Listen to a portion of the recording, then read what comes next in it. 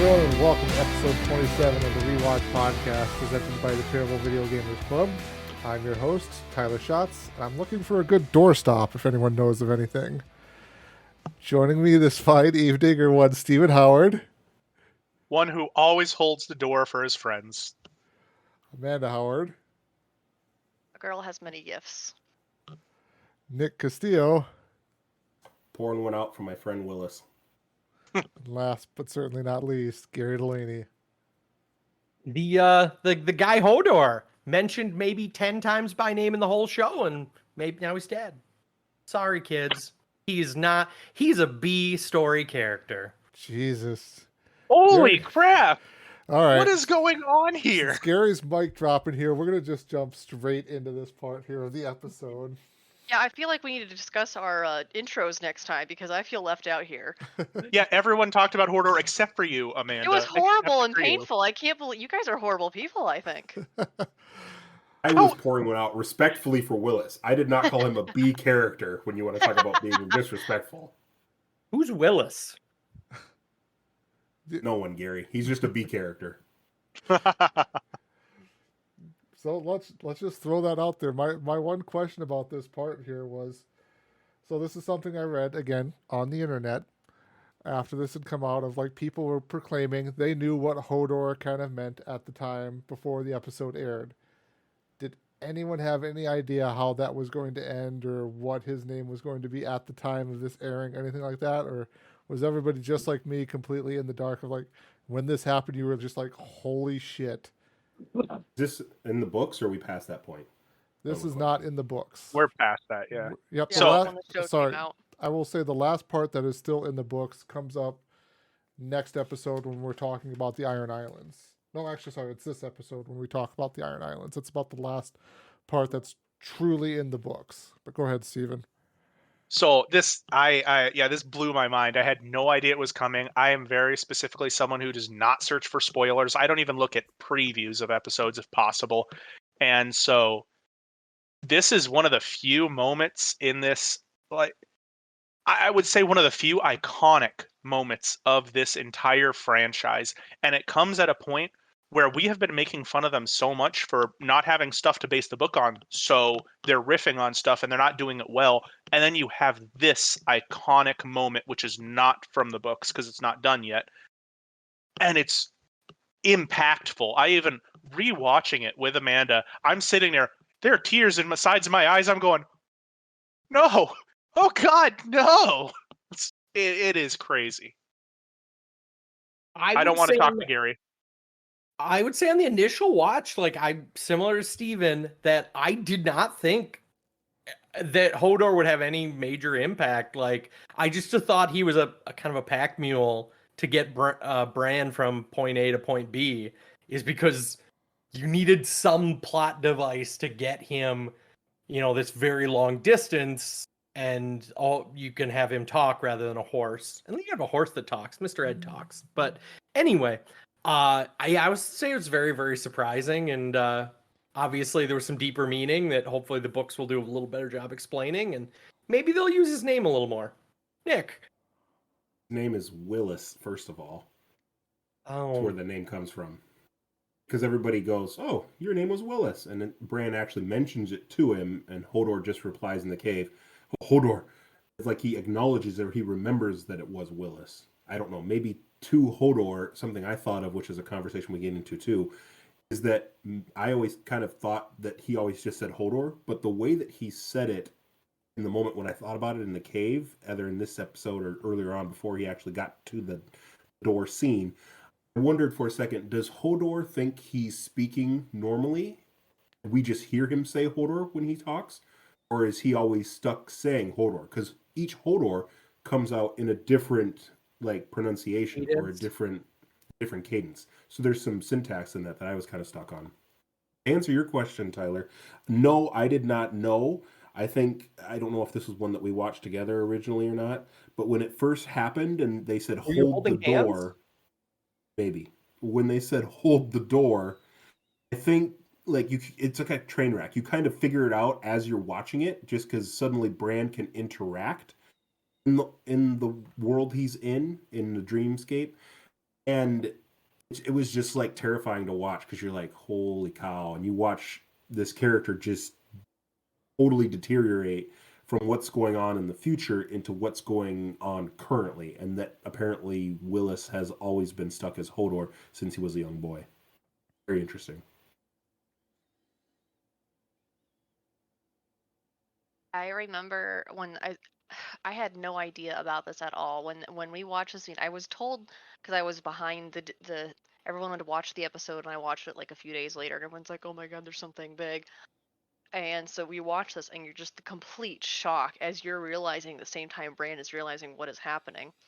But I was always interested in Hodor because like they say he understands what you tell him because like you can go tell him to do things and he'll go do it. And yet like he seemed to have lost the ability for speech. And old Nan, I believe, is the one who at one point told Bran like no, he had a name. It was Willis once upon a time, at least in the book. I don't remember if it was in the show or not. But I'm I now when you think about it, you're like, oh, it seems so obvious. But no, I was completely floored. And clearly, like going through this, he suffered some kind of brain damage, and he seemed to see Bran in the past. So how does this work, Gary? I actually on the rewatch I caught a different sort of view of that scene, which originally I thought like rewatching it, I was like, oh yeah, this is coming up. I thought Bran is the voice that says hold the door, hold the door, but he never speaks during that whole scene. It's Mira's voice that says hold the door. So I guess something on initial watch where like the Mandela effect, I was like, I always assumed that Bran was the one to say it, but he never says anything during that whole scene. Tyler? Yeah, great catch there too, Gary. How it's like Mira's voice coming from the present into the past there to affect Hodor there and everything. And it when I was initially watching, like I just remember basically just kind of mouth open, just like holy cow, this character who was just like this gentle giant guy, his entire life has basically been dedicated to this one point where he will be the thing that saves Bran's life and Bran and Mira so they can escape there. Two other quick things I wanted to kind of point out too about this whole scene, with well, I guess the third thing is, the Blood Raven dies there, the Three-Eyed Raven is killed. Kind of a little bit of symbolism. I don't know if the showrunners were completely going for it or not, but he kind of, even though he went out in kind of a stupid fashion, Summer is theoretically killed by Winter. The army of the dead, Winter, symbolizes by Winter there. And then the other thing was kind of like the last little bits of the old world there, the children of the forest there, they're all basically eliminated in this scene too. So really like the last little bit of good, ancient good somewhat in this world, or they're probably of both good and evil or whatever, but like the last little bit of ancient mysticism in the world, other than whatever is powering the White Walkers and stuff like that, is now gone from the world, and it's just Bran, whatever is being downloaded into his head basically, and then also the White Walkers. Amanda. Not before, I didn't really catch this either, but now like I was confused. You did just point out that it wasn't Bran even saying this, but Bran is both like in the past and at the same time like he's warged into Hodor to control him. And so it seems to be some kind of bleeding over effect that I didn't catch that the last time I had watched this. Like I thought somehow he was interacting, but he's in Hodor. So is he warging into past Hodor? Can he warg into other past people, or is it just because he was nearby the present day Hodor? That's crazy. Nick? I had a similar thing, like thinking not just about the terror of this scene, but the implications of this scene. Well, just like what Amanda was talking about what exactly are Bran's new powers, like you pointed out, Tyler, once the Three-Eyed Raven explains to Bran when he goes back on his own, and the Three-Eyed Raven says, that he saw the Night King, he goes, he can get you now he can come here. And there's this weird, like, now I have to teach you everything I know. Because there's a scene there, I didn't think that happened that quickly, but Bran holds on to the Night King, and the reason he's not responding and Mira has to drag him off is because Three-Eyed Raven is teaching him. He said, am I ready? No, you're not. And he's trying to give him all the information he can in his own way before he knows he's inevitably going to be killed because he can't leave the tree or whatever. But Bran can. And so there's this interesting scene there where he's just hard downloading all this information for Bran to take in, and I think Bran is kind of left to his own devices to process it. But the implications there, if now we see you can affect the past, or if, as we just said, Mira can talk through him as a medium to the past, and going back to our previous comments also about Ned Stark, did Ned actually hear Bran say, "Father," and that's why he stopped? Because the Three-Eyed Raven says, no, maybe he heard the wind. I don't know. Now he probably did hear his son. He didn't know it was his son.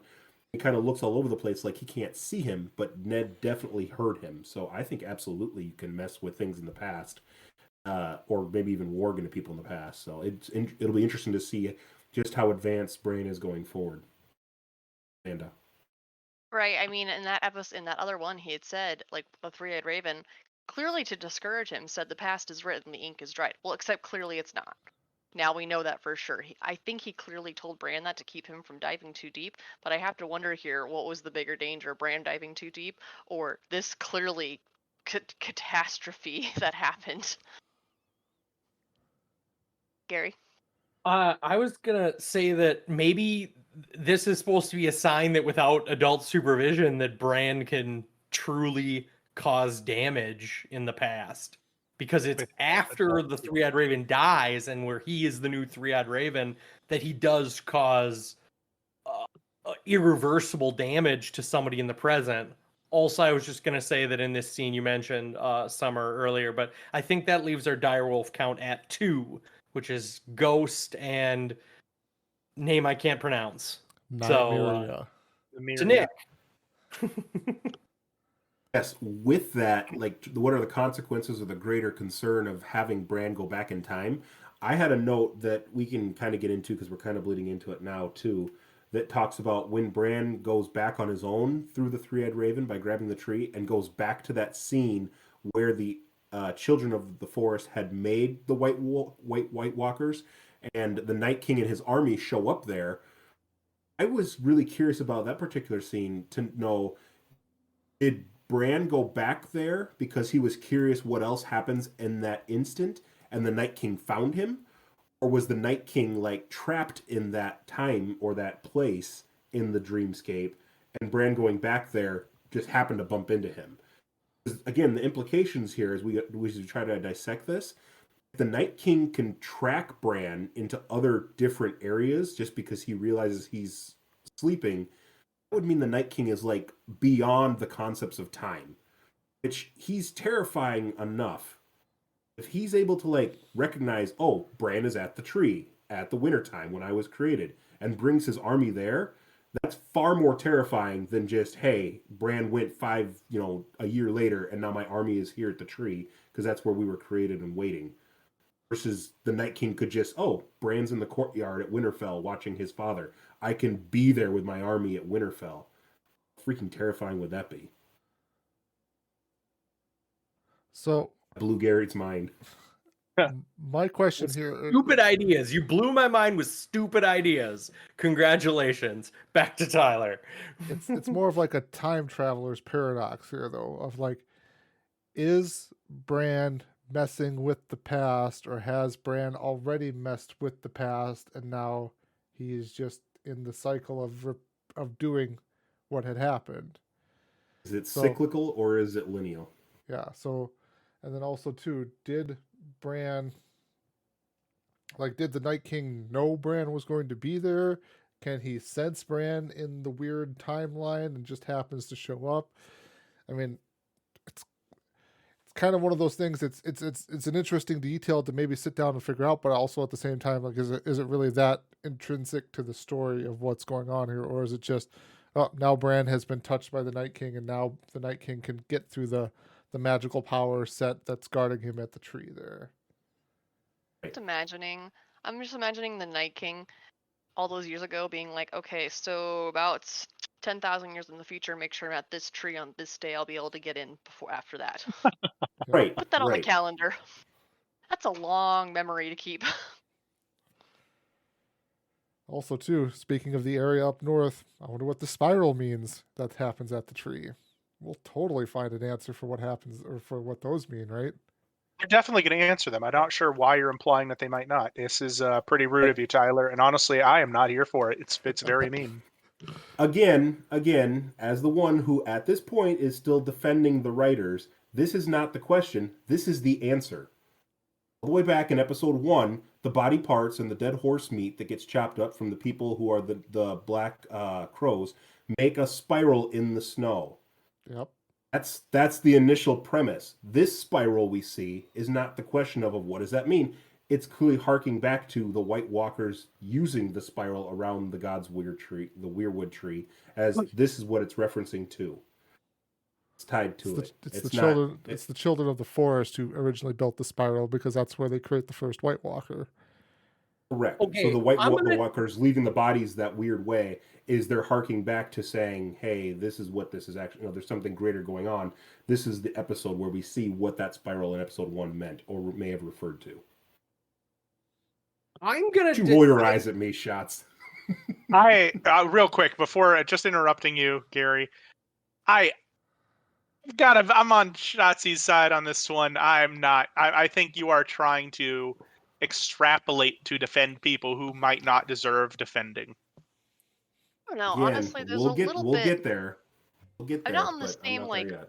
wavelength there, but I mean, if they've seen this pattern, and the White Walkers don't exactly have a lot of architecture and designs. If this is the only pattern they've really seen, they're gonna possibly mimic it. That's what we do. We mimic things that are handed down to us, and this was their creators. I guess I've always struggled with this spiral effing theory that supposedly goes back to the first scene in the first episode, and that's that the spiral looks nothing effing like that in the first episode. I think the first one, if I looked at the picture, looked more like an eyeball or something else. Like, it's a very different symbol or symbolism. Like, I think that people pulled some connection out of their sphincter to connect those two timelines. It's like, in the first episode, they were just, or the pilot, I should say, they were just trying to make a symbol in the snow with dead bodies. Like, they didn't know what the hell they were doing. They're just making crap up. So, anyway, along with agreeing with Nick in general, I also disagree with the symbolism of the spiral. Anyway, does anyone else have any questions? I guess we're going to Nick then. I can't hope to be as eloquent as Mr. Gary here, but I will just say that in the vast realm of symbology and people seeing what they want to see, there's a great many patterns that probably that circle's supposed to reference. As far as what the writers meant to do in episode 1, the pilot, what is it, 6 seasons ago, to tie into whatever they were trying to do now, I'm also not going to try and hold them to being perfect as far as what they're referencing. I'm just saying that was the tie I saw them make. I'm not defending them so much as just saying I'm not throwing them under the bus yet. Again, I will get there, but I'm not going to chalk that up to that. So I had to look this up just because Gary caught me off guard there. So season 1, it's not a spiral. It is an eye, basically, like a circle with a line through it. And then there's spirals after that. So Gary gets the point, and now I'm going to go barf real quickly. Wow. All That's right. agree with Gary's point, by the way. After that. Counting a Tyler agree with Gary, or do I get everyone and Nick's wrong point? You just said there's spirals after that. That doesn't negate me. They're not. No, it does. Not mutually exclusive. Like, oh yeah, in the first, you mentioned somebody mentioned the first effing episode. I'm not going to let you off on this. I did. I brought it up. I said it looked like a spiral again, and I just said this symbology. People see what they want to see. It can look like an eye. It's this not is a what my spiral. comment was Though. going to be. It's not. This is a what my You just comment said there's spiral around it. No, there's Listen not. here, Dan Brown. We're gonna just take down the symbology here a little bit. Don't use references Gary doesn't get. Dan Brown, like an NFL player? Yeah, see, just glaze over it. Keep going. He's lost. I think the only you just read the word, Tyler. It looked like an eye with a spiral around it. No, That's what you I just never said. said What'd you spiral say? around it. You It said is just an eye. It looks like a circle with a line through Can you it. post it in the chat, and can we? Yeah, Nick, can you see that with your low quality Wi-Fi? It's an eye, like an use my high eyeball qual- eye, I use not my the high quality letter Dan I. Brown. I use my high quality Dan Brown brain to decipher it, even though my low quality camera. can't. Anyway, no one could hear it on the audio podcast, but I was flicking off Nick very repetitively because he told me I was wrong, and I don't take very kindly to being told I was wrong, when in fact, 1 out of 100 times I'm actually right. Oh my goodness sakes. All right. I think we're trying to look a little bit too far into, like I said, defending the writers here. There might have been some symbology when they first put the symbol in. They're just putting in the symbol now because, ooh, spooky. There's no reason for it. And nothing will ever come of it. Anyway, who's got the first next question? So 'Cause to wrap up our point here about this episode, That music was at the brutal. That was a brutal question. Sorry, real quick. We got real into that real fast. Yeah, are you guys are we all okay, guys? We're dealing with this emotion? Emotional damage. emotional damage. So to touch off this scene, the music at the end is just fantastic. It's so heart wrenching and everything like that. Touches on all all the feels. Go ahead and start us off here, Steven. What else do you want to talk on this episode? Oh my gosh. I don't know. I forgot my questions. I didn't write them down.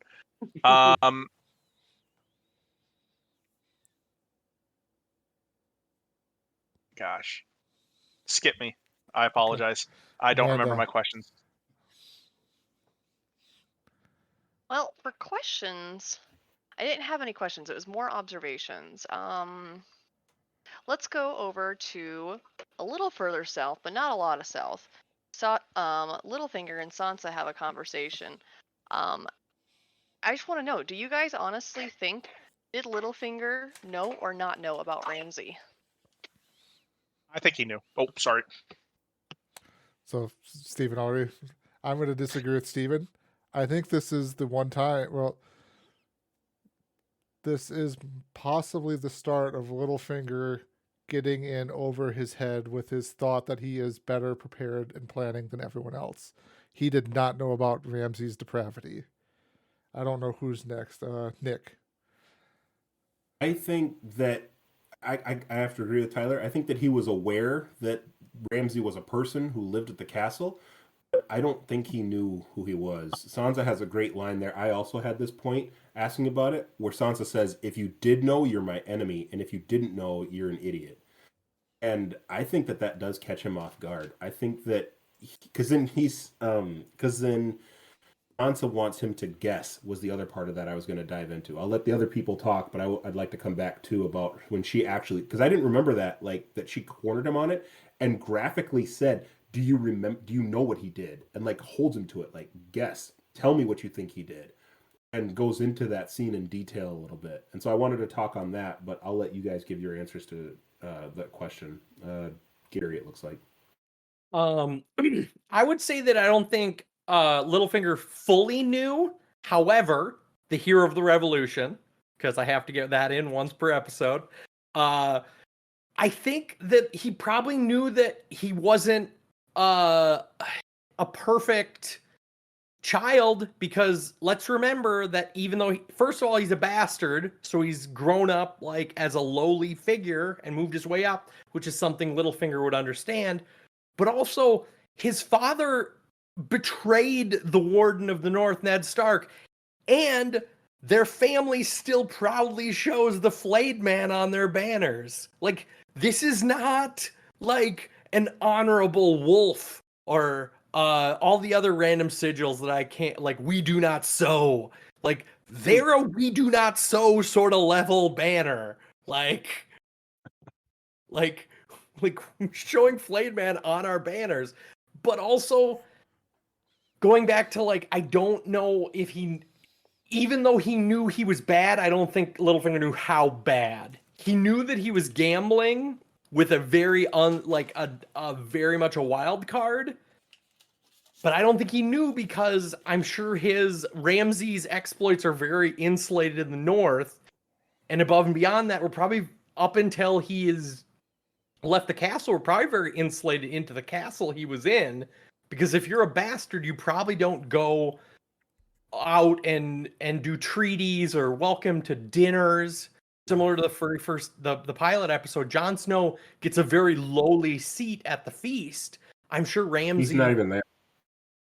He's not even there, yeah. So I'm sure he was kind of an enigma because he wasn't in the quote unquote social circles.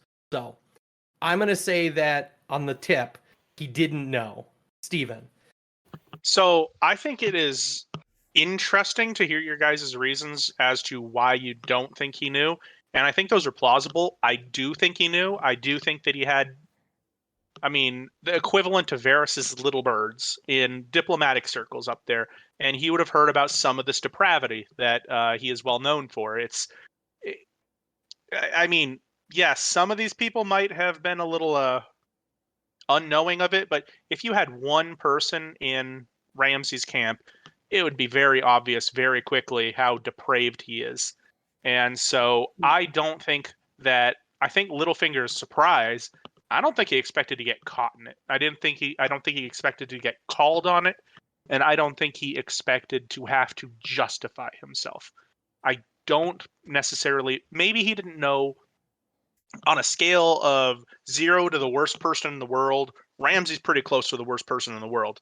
I don't think maybe Littlefinger knew he was that far out, but he was no spring chicken. He didn't think it was anywhere past a 70 or something. This guy's the hero of the revolution. He's not a good person. Okay, Steven, I have a question back to you.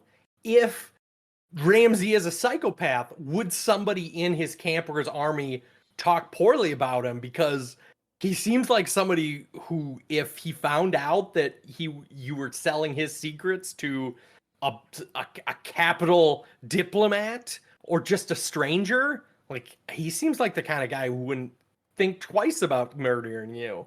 So I Talk think would be able to shut get out. their They're not. mouth. They have like, if you live in the castle with the Boltons, you're going to be loyal to the Boltons more than you're going to be loyal to some aristocrat from the capital, millions, thousands of miles away. Write a response. But no, I don't agree with that. I think that when you are this depraved and you are this horrible of a person, word gets out. It might not get out to the common people. I very seriously think it'll get out to the common people, but it gets out otherwise. So, like, when the Queen of Thorns comes and sees Joffrey, her question isn't, is Joffrey a good person? It's, are the rumors we hear about him true? And that's going to be the same sort of, maybe not quite as, I mean, you're talking about the king compared to a bastard. It is a very important bastard, but a bastard nonetheless. That said, you will still have some information on him. And hey, maybe this is a colossal failure of intelligence. I honestly don't know. And you guys, like I said, made good arguments for it being he had no idea. I just don't think that's the case. Nick, to you. I think there you made a point in there that really kind of didn't strike a nerve with me, but hit me in an interesting way. I don't think Littlefinger thought that he'd have to defend his decision. You made a point there about Littlefinger didn't think he'd get caught, that, hey, I'm selling you to the Boltons and that maybe they're not the greatest people. I would think that, just like we saw in one of the first episodes, the children are getting quizzed on who the other families are. Absolutely, Sansa knew going in the Boltons have a flag of a flayed man. I would think that would be something that she would well expect and know. Maybe she was young enough she didn't actually think that meant they actually flay people, because she does seem pretty innocent and naive going in the first few episodes. But I don't think she might have known that they were that bad from Sansa's side.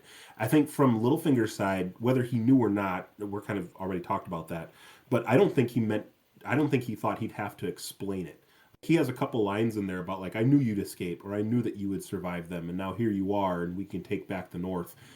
I think that was his plan all along. Either that somehow the Boltons would get toppled or they would make some dumb decision on their own.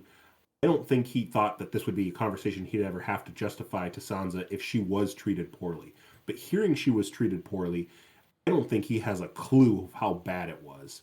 And so when that's again going back to my point, I thought that was really interesting when she's like, guess what he did to me. Because I think that we've seen him be able to beguile other people where he can like play that he's dumb. But when I was watching it, I really felt like he had no clue of what to say to her.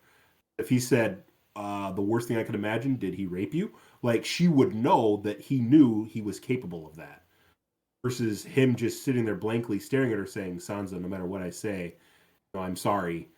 All he could muster. Because he legit had no clue. And I do think that this is the beginning of the end for him, where at least when you have nothing and you're trying to make plans, you're worried and leery of everybody.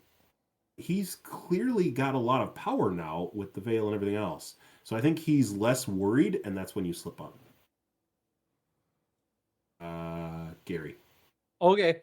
I was just gonna kind of parlay off Nick's point about the fact that though all the Starks would know the other lords and ladies, their sigils. Do you think that the Boltons would be a house that Ned and Catelyn Stark would try to marry, maybe not Sansa, but Arya into? Or do you think she'd probably go to a Kyle Stark or Kyle Stark. a Mormont? What was the other big house? There was Carl Stark, and then there was Umbers. Would he probably go to one of those three before being a I've already forgotten. Bolton. I've already forgotten. Are you just asking rhetorically, or are you asking me in general? It's a rhetorical question because obviously, before if things after the pilot didn't happen the way they happened, like, obviously the Stark ladies would end up being married. So do you think that what would the prospects be for the Bolton family in normal times? Like, were they literally a 10th seed draft pick, and then they miraculously just, betrayed their way to be a first seed? Steven? I don't think, even in Rob's initial war camp, Bolton was one of their main advisors. I don't think this was. Wasn't he? He was. He showed up a little bit later when they needed to name the character. It was like Big John Umber was the big one right away because he got his fingers bitten off by Grey Wind, and then Carl Stark, Gary's other favorite family. Well, I think those were main leaders, but I don't think they were the people like helping plan the things. I think the guy helping plan it was Roose Bolton, if I remember correctly. He was the one at the war camps and at the one making the plans, actively trying to do that. And so I've got to assume that he has some sort of status. Maybe not quite as much status as Carl Stark, but I also would hope that. That's all I'm saying. I would also hope that in his benevolence. Oh, I'm forget his name now. How am I forgetting his name? Who the hell is the first dude to have his head cut off? No. Ned Stark. Thank you, Ned Stark. I forgot Ned's name. I thought maybe you meant Ramsay, because I was like, is it because Gary only refers to him one way? No. Ned Stark. I would hope Ned Stark would be able to look at just the banner of the Boltons and go, maybe I don't want to send my daughter to the Flayed Man. Amanda. I don't remember which one of you guys said it, sorry, but one of you guys made a good point that, Littlefinger might not know just how bad it could be. Like, I will say, like, in the beginning, Theon has been raised by the Stark, so presumably he went through similar training. And when he was being asked to guess, like, who he was and everything, he had no clue who Ramsay was. He had no clue where they were possibly. So there is a chance that they were able to keep this pretty hush-hush. But at the same time, and I hesitate to give Littlefinger a lot of credit because he's clearly got very good sources. He knew Sansa escaped. He's got people in there. He's got little birds or whatever you want to call them. I don't know that I would have guessed just how bad Ramsay would have been. And we watched Joffrey, and I wouldn't have guessed how bad Ramsay was. But I don't want to give Littlefinger too much credit, so I don't know. Yeah. Nick? That's very solid point there about how Theon might have been raised in comparison, not knowing who Ramsay was. So had a thought just now on that. Going back to your question, Gary, about do you think that the Flayed Man might have been who he would have been, who one of the Stark gals could have been married off to for the Flayed family or whatever? I think that he was a place of position and power and a well-known name, but just because he is the Flayed banner and that's the family crest, I don't think he's going around, well, at least Roose Bolton, all right? Because at the time we're talking about here, Ramsay is not in a position of power. He is now, since he's killed his father. But Ramsay is the one in charge of this, and Ramsay isn't going around flaying people. Like, even when the Starks are going through their camps and taking over the Lannister armies, he's not saying, give me 5 people to go flay. I think that that's more his crest and it's symbolic than he's actually saying that he's always flaying people. Maybe Roose is, and I'm sure that just because that's his thing, he is doing it. Okay, you wait your darn turn, Gary. But obviously, that's what Ramsay is doing, because Ramsay, as we said, is a wonderful human being.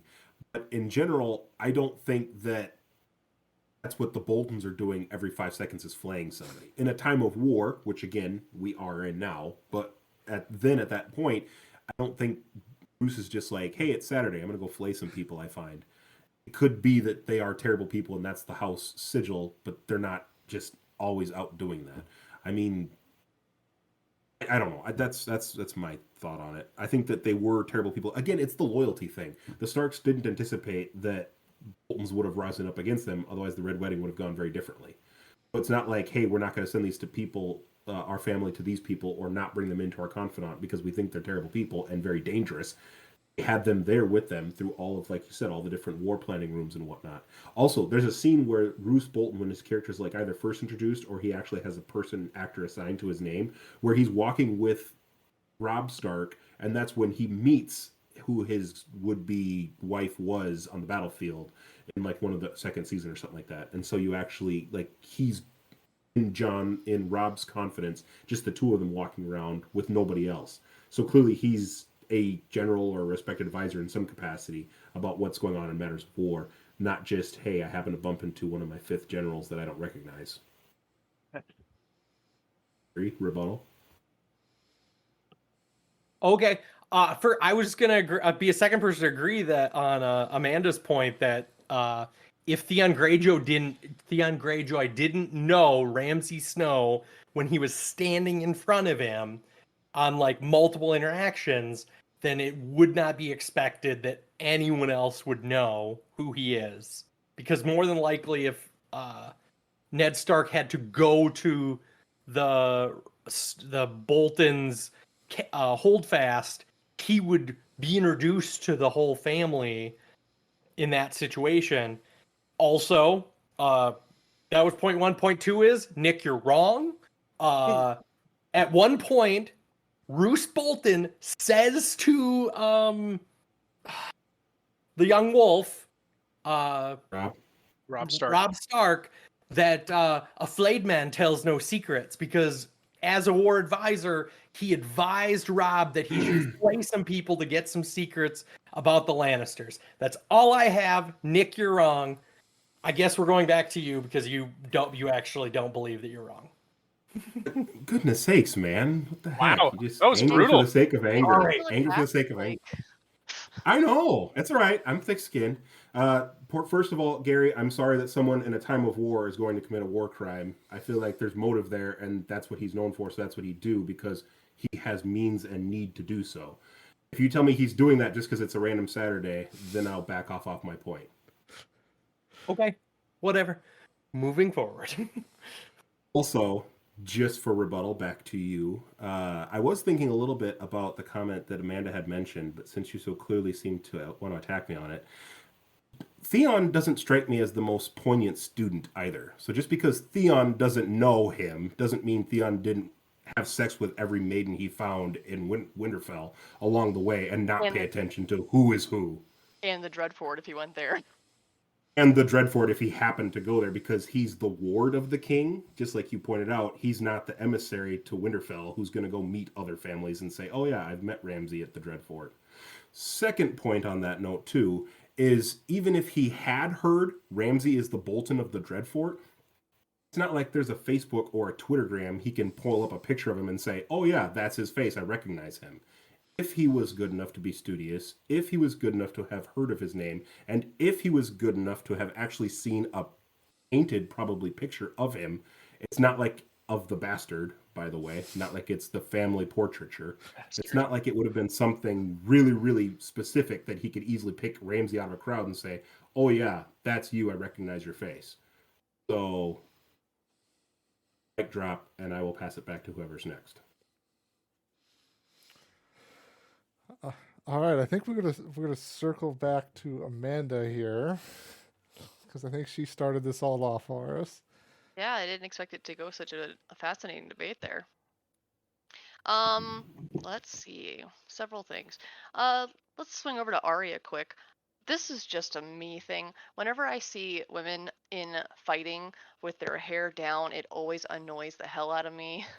I can't do anything with my hair down without my hair getting stuck in me. If my life depended on it, there is no way my hair would ever be down. Oh, she's so free-spirited, so she doesn't wear her hair up. No, that's our beauty standards.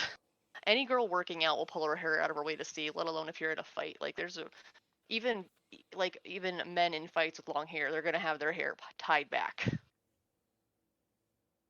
Sorry, my personal thing. I have other points, but I don't want to take away from you guys. How about someone else go? Since I can go on one if you want. Go for it, Nick. You bring up Arya, I was going to say, you're going to steal all my good points. That was another one I had with Arya, was her watching the theatrical representation of her life. And I had a couple notes on that. Do you think that, I'll let Stephen go into the history of religious plays and how that teaches the common folk that I know Gary can't wait to hear about. But do you think she saw that and felt bad that no one knew the truth? Or do you think she saw that and felt bad that she realizes, clearly I think she does, that's the way everyone recognizes her story, that her father was an idiot and a buffoon and got himself killed, rather than she was there and saw it and knows the truth and knows her father? What are your takes on her understanding of that? Gary. Nick, I also had this point of that sort of that play, and I sort of took it as like, this is how history is retold from the point of view of the common folk. Correct. And I noticed that in the play there's a shockingly heavy bias towards the Lannisters. The Lannisters come off very pretty, prim, proper, and very sassy, with the exception of Tyrion, who comes off as like the Wicked Witch of the West. Ned Stark comes off like a caveman, because the common people see him as this like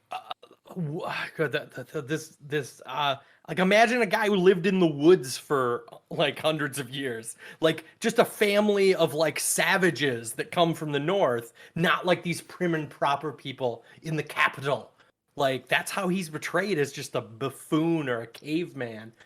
Also, I noted that the number of people got written out of the story.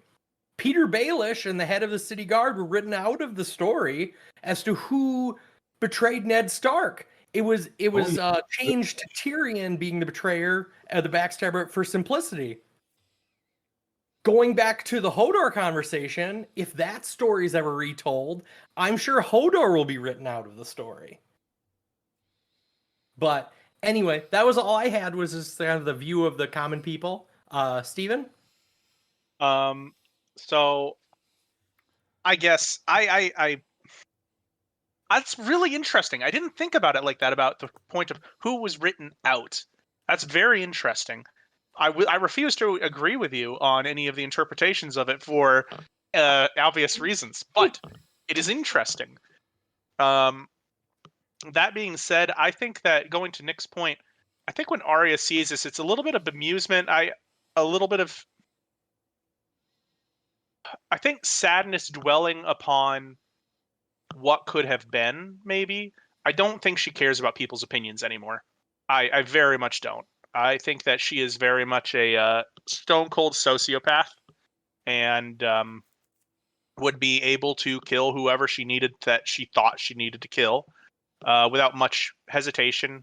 She doesn't necessarily. Oh, and then I don't know. As I'm even saying this, there's a scene in. Is it the next episode? It is next episode. Okay. Yeah. So I mean, she does show some emotions at that point in time. So I don't know. I contradicted myself halfway through my point. I apologize. So now I'm lost. Nick. All right, Nick. I'm sorry, Tyler. I keep calling you. Wow. I don't know if I should be hurt by that comment or. Honored. I noticed he doesn't say Mispronounced honored. complimented. Yeah. So, there was an interesting point, Gary, of how people were written out in there.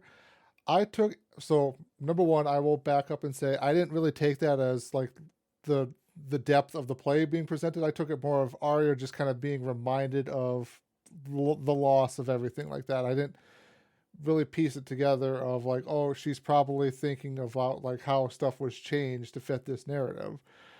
Speaking on then stuff of being changed, though, I think the reason Tyrion was written in the play like he was, because it goes back to then to, I don't remember it might have been season 2 where Tyrion and Bronn are walking through the capital, and then they talk about the evil monkey that is whispering in the king's ear of all of these dirty things that he should be doing, when it's then made reference that is Tyrion there. So the way history is trying to write Tyrion is as this evil, conniving, manipulative little person here, when we all know from our perspective if that's not who Tyrion is.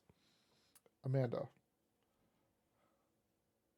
I think you're totally right. I mean, he gets blamed for everything based on looks. At first I thought maybe that was just like the play, like you said, favors the Lannisters. Maybe that's one of the things. Like then it could be from Cersei's, like how she wants to be, because the character of Cersei in the play, wonderful person, great queen, and I Loving thought that mother. it all right, loving mother, perfect, and yet like it all seems perfect from her point of view, but I think the public, it's very easy for the commons to blame Tyrion anyway because they're viewing it the same way as you made that point about the Northerners. Was it you that made that point? Like, I mean, it's kind of how like the English would view the Scottish as the barbarians from the north that come down. It's very easy then to demonize them as the great big hairy barbarians. Play almost writes itself. But I would like to know, Gary, what's your count up to? There we go. There we go. You have to unmute yourself, Gary, if you want to talk to the rest of us. He has 2 and 2 written. I gave Amanda 1 for that one, but I don't know how we're counting the Nick being wrong about the symbol in the pilot. So that has to be one of your new Wow. things. You have to have each of us Wow. agreeing with you, and then just a category for Nick being wrong. Nick being wrong? I think that's very arbitrary, so I'll just leave that off the list. Don't want to hurt anyone's feelings. To you, Nick. Arbitrary means opposite, Gary. The word you're looking for is redundant. You're welcome. I was going to say, the reason I think you're all on the right track there, is the reason Tyrion is so easy to paint as a negative is because he is the name that they've heard as the person who has likely killed the king. There was a whole trial that was apparently taking place over in King's Landing because the king was poisoned, and clearly everybody thought Tyrion did it. Tyrion then disappeared and he killed his father before he left, would probably be the narrative that everybody heard. Most of the people in Bravos have probably heard of the Iron Bank since it's in that town and it runs everything. And everybody in the Iron Bank knew Tywin Lannister ran King's Landing because he was the one in charge of all the finances. The second Tywin dies, everybody everywhere in Bravos would be talking about the Iron Bank is suddenly up a creek because they're not going to get their money back from Tywin Lannister. And Tyrion killed him. Also, all the way so far as across the Narrow Sea in Volantis, remember? He had heard that Cersei was sending spies to kill every dwarf she could find to try and find Tyrion and get him killed. His head was required back. So I'm sure everybody in the free cities over in that area, in Braavos and Volantis, knows Tyrion the Imp murdered his father and is a terrible human being. That's why I kind of figured they just put Tyrion as the bad guy in the story.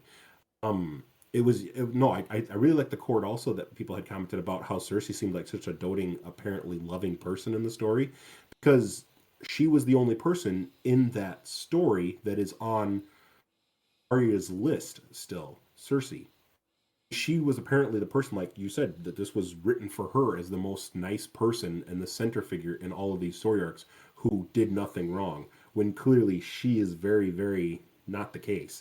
So it was interesting, and I think at one point, just like people were laughing at, like you said, the cave troll people or the ridiculousness of the show, and Arya has like a glance to like the people around her at one point, or I think she even boos and somebody goes shh, and so like just her reaction in the scene clearly was, either she didn't appreciate or she didn't like it, and so that's where I was kind of going with the original question, saying to me it seemed like she didn't approve or didn't enjoy it as much as everybody else, or she was surprised everybody else was enjoying it or taking it at face value as much as she clearly would know the difference of, was where I was kind of coming from with the question. But yeah, so I'll let somebody else talk about if they want to, something else on that subject or a different question, but good discussion. All right, Nick, are we on you now with just the questions here, or? I just had one more, but it was kind of already talked about. It was just the thing. It was more so the fighting and the reason why with Arya fighting with the bowstaffs and the waif. What do we think the waif is doing here? Do we think she's trying to get Arya to fail just to have her fail, or do you think she's trying to test her? Why would she hate Arya out of no reason? What has Arya done? Okay, good question. To me, it just seemed weird that she like she hates her with such abandon. You would think that she said something negative against Gary. I think that maybe the waif is trying to prove her devotion to the religion by making a solid comparison to Arya. Also, maybe the waif came from a poverty-strode upbringing, so she has a lot of jealousy towards, a lady who, obviously had some bad things happen to her, but she threw all of that away because she's sad. She has such a sob story, and she just despises her because she has so much going for her, but like it's just a whiny baby about it. Tyler? I would come at it from a different perspective of the waif is probably somewhat, I'm going to say jealous, but I don't know if that's quite the word there, of the relationship that Arya has seemingly formed with Jaqen there, because he seems to kind of have this, he's taken this like liking to her for some reason. I mean, obviously Arya saved his life in Westeros there, but even now across the Narrow Seas, he's kind of seeming to taken a liking to her and somewhat helping her a little bit more than the waif feels that he probably should. So the waif is trying to show off that he made the mistake of allowing her to come in here. She is not fit to kind of be part of this society there of elite people there. Steven. I guess I had that same question of why is the waif such a absolute dick the entire time? And I guess, is it alluded to her background at all? That's what I was thinking. It isn't. And that's so I don't think that the point of these people is that they have no background. They are nobody. And so I don't think we can say that the waif hates Arya because the Arya is a lord and this waif is from some peasant background. You have no idea. This lady could be the next up to be the Queen of Atlantis. But I don't entirely understand where that hate comes from. It might be jealousy of... I'm going to loop this into my conspiracy theory from last episode. It might be jealousy of Jaqen Hagar's affection for Arya. But if there had been more people there than those just 2 random assassins, maybe we would have a better understanding as to, is this some special relationship? But I mean, as we've alluded to in the last episode, everyone, all the Jock and Hagars we see are all different people. They're all wearing the same face, but all different people. It's a real thing. It's not my conspiracy theory. It's proven. I apologize to nobody.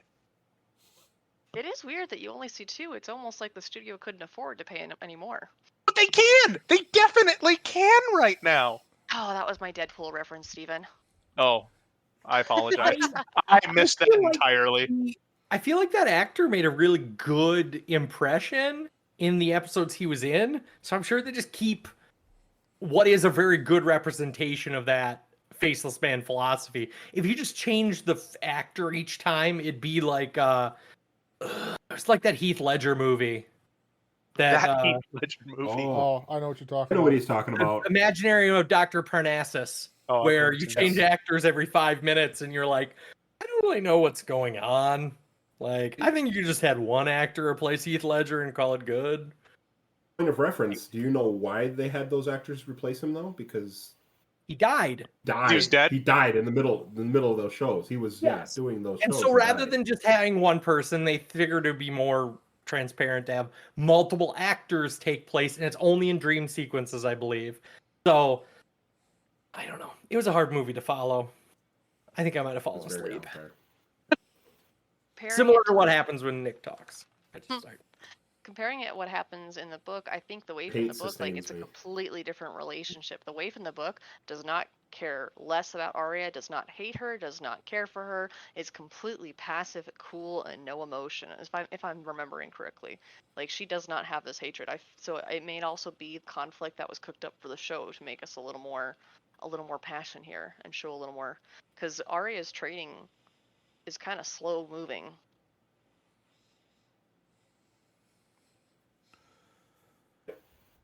All right, that it for you then, Nick? No, I would agree with most of that. I feel like she has to have some antithesis to the point she's trying to make. So that's who this character plays as the waif, is someone who's there to make it difficult for her. I think that Jaqen H'ghar is a person with so much ability that he probably knows when Arya screws up, but it always seems like the waif is the one pointing out her flaws to him. So yeah, I would agree that it's just somebody there who is, like we said, we don't know her background, but somebody who is on her level age-wise, who can probably say like, oh, you know, she's not good enough for us, or she's not as good as I can be for you. So yeah, I would agree with a lot of that we've talked about. Those were it for me for this episode. All right, Gary, I think you're the last one here. What do you got for this episode? I have a lot of questions. I guess I think we dipped into Children of the Forest earlier on how they created the White Walkers. Do you feel that makes them an unreliable narrator to some of the earlier conversations? Because you realize that they actually created the White Walkers, which makes them a quasi-villain, and the reason they make the White Walkers is because they fear humans. So from their point of view, humans are the enemy. So just realizing that they might actually be the true villain, and the only thing they have going for them is that they're affiliated with the Three-Eyed Raven. But other than that, they just hate humans. Maybe with the exception of the Starks and the North.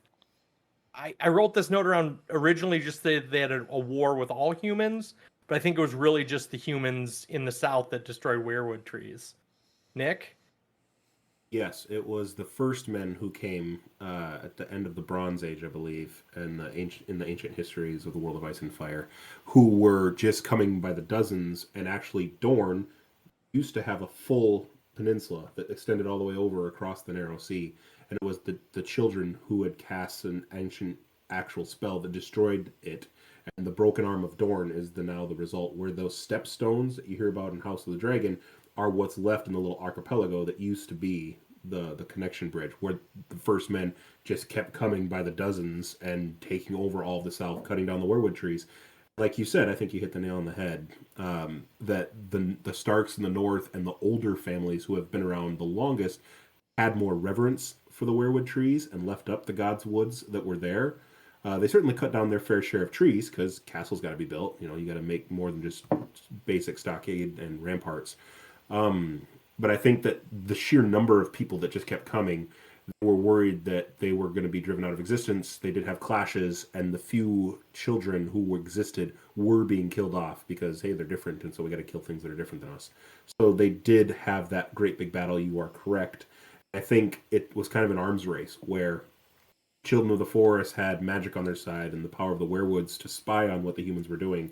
But the humans had so many people, they just kept overwhelming them. So their big go-to was, we're going to make this end-all be-all killer, release them on the humans, and as a result, kind of backfired that the Night King and his minions just want to kill everyone, whatever their dark, intentions are.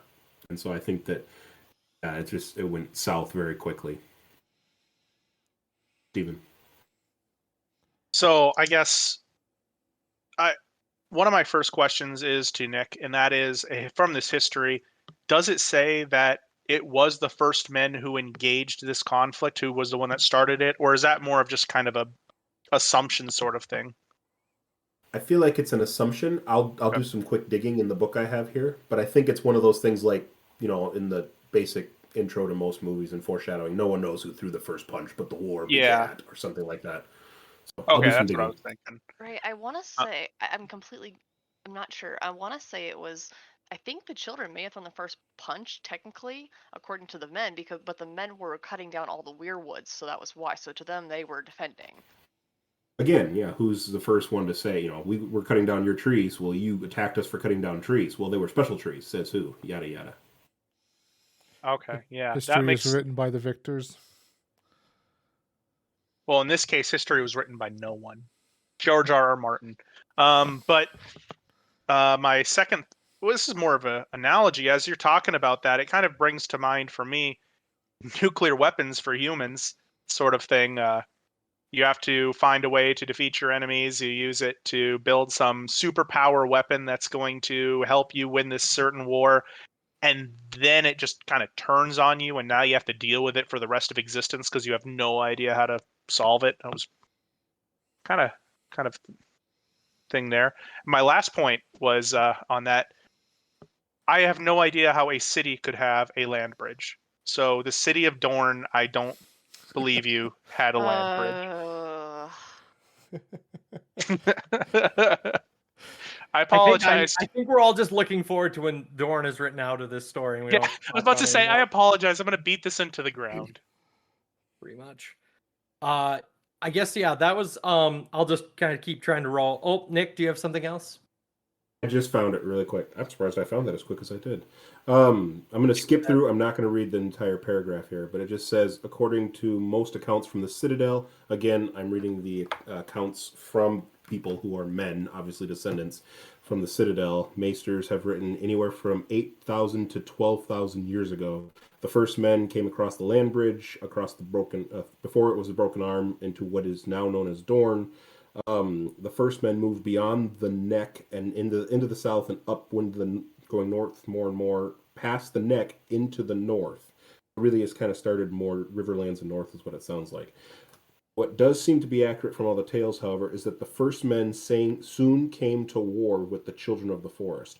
Unlike the children, the first men farmed the land and raised up ring forts and villages, and in so doing, they took to chopping down the weirwood trees, including those with carved faces. For this, the children attacked them, leading to hundreds of years of war. So, but still, it's the first men chopping down the symbols and ideology of the children of the forest. Gotcha. Okay.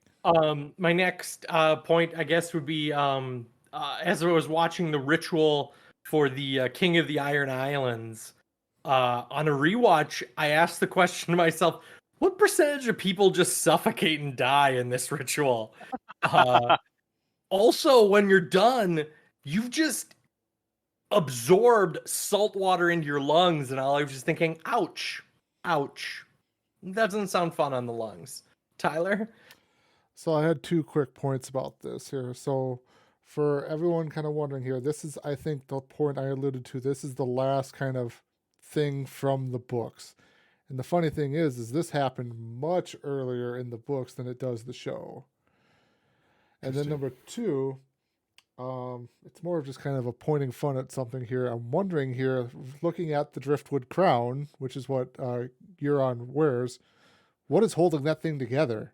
It seems like hope is just kind of holding that thing together. It is. It is. There's a point in the book as well. I don't know if you're at that part in your readings either, where it says that the driftwood crowns are literally just driftwood that they find when a new king is crowned. I don't know what's holding it together, or if it's just like they grabbed it and quickly someone's in the background trying to, ramble something together really quick. And here you go. To figure out how to weave it into a crown. Like, I totally get why it's the driftwood crown, but like just even looking at it, like I was paying a little bit of attention to it because something seemed kind of off when I was watching, but I was like, what is holding that thing together? Because it's like two pieces of wood just meet and then they're held together. I feel like they're master shipbuilders, so I feel like they could make I forget it's a type of corner in woodworking where you make a bevel in a triangle and you jam it in the other piece. Where's my Boo history card? Where is my Boo history card? Boo woodworking, then, I guess. Boo woodworking. Stephen hates craftsmanship. Ron Swanson would be so disappointed in you. Nick, to you. No, I thought the same thing, Gary. When they're drowning him under the water and they say, fill his lungs with salt water, how many would-be kings, it's like we've chosen the best person possible for this role, who we all can rally behind. How many of those people then die? And it's like, shoot, maybe it's better to be the number two person. And if Yara had just stuck around, maybe then they get crowned by accident then. Have a Blue Mountain State problem going on. Exactly. No, it's a very, it all is as the drowned god wills. Sorry, I'm trying to look up woodworking joints. Are you talking about like a butterfly joint? I think that might be a bow tie joint. Go on to your next point, Gary. Sounds too fancy. Let's keep this rolling. Come on, Gary. You got more. I think it's a rabbit joint. Anyway, I noticed that when we see a new red woman, she also is wearing a de-aging necklace. Yes. Good catch. I saw that too. And then in that same scene, do you think Varys was intimidated by the red woman, or just kind of shocked because he doesn't tell that story to anyone? I think the only reason we know it is because at one point he tells the story to Tyrion. But I don't know if it's the assumption he just hasn't told very many people that story, or as somebody who's a master of secrets and whispers, that he likes to not have people know secrets and whispers about him. Nick? I think two parts. First, he's shocked that she does know about it, because, yeah, she probably wouldn't know. A normal person wouldn't know.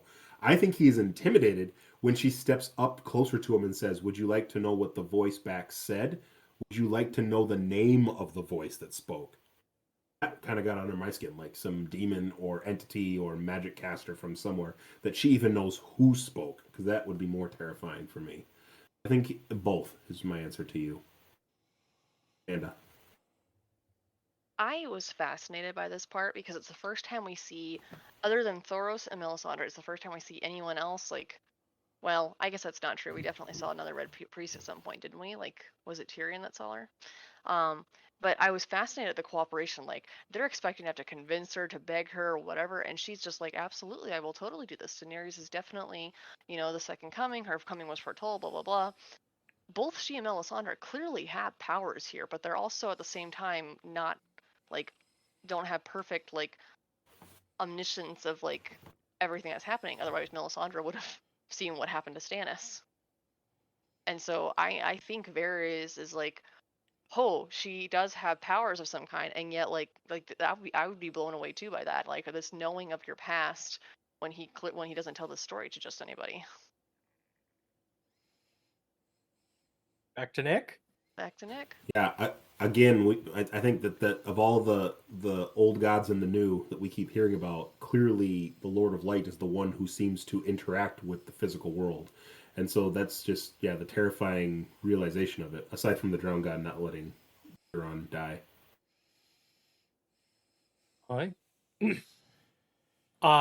Going back to my previous statement, it's called a dovetail joint. We can move on now. 2 points to Gryffindor. Yeah. My next point was about the kind of fun moment where, as John is leaving the Black Castle Black, Ed realizes that he is the new Lord Commander of the Night's Watch, but without any vote. Like he just realizes, like, oh. And a rewatch, I probably spoiled it in previous episodes that I just assumed that he had taken this position, but in this scene, it specifically just explains that like they just murdered all of their upper management at one point, and so Ed just became the most likely replacement. And all of the scenes where John is plotting to take back over the North, at that point he's still maybe the Lord Commander, or like he's just an honored guest. I don't know. It's just a weird realization to think back on, of like that this whole time, like there's been no management at Castle Black. Nick? There's been no management. You're absolutely right. I think there is that one scene after he immediately hangs the upper management where he hands the cloak to Ed says, "What am I supposed to do with this?" And he says, "Burn it, keep it. I don't care." And I'm wondering, like, just the way you phrase that question of who's in charge next. If the whole upper management is gone, is there some sort of like chain of command? Like if everybody dies, it falls to the next person in line. Is that Ed as the most senior ranking person that we know of there? Or is there some line where if the Lord Commander hands off the cloak and just says, "Hey, Tag, you're it," does it then pass to him? Like John's not doing it as like the ceremonious, "Here, I'm doing this because of this." He just happens to hand it to him and he gets it regardless. And everybody there, or this random guy who talks to Ed, knows that since it happened in front of everybody where he just handed it to him. I mean, like we said in the last time when we talked about it, he said, "I pledged to give my life to the Night's Watch." Technically he did. So then is he absorbed of command, absorbed of his requirements, and now he can just leave? Absolved? Absolved. Sorry, not absorbed. Absolved. 1 point from Gryffindor. I have nothing to say, Dan Brown. That was 1 point of Nick being wrong again. Yeah, whatever. Also, I guess I forgot, because it's a very long time ago. What guild was Ed a member of? Was he a ranger or a builder? I want to say he was a steward, wasn't he? Ed He was a was ranger. with- He went north of the wall with everybody. Yeah, but like so did Everybody went Sam, north of and the Sam wall. was a steward, and so was John.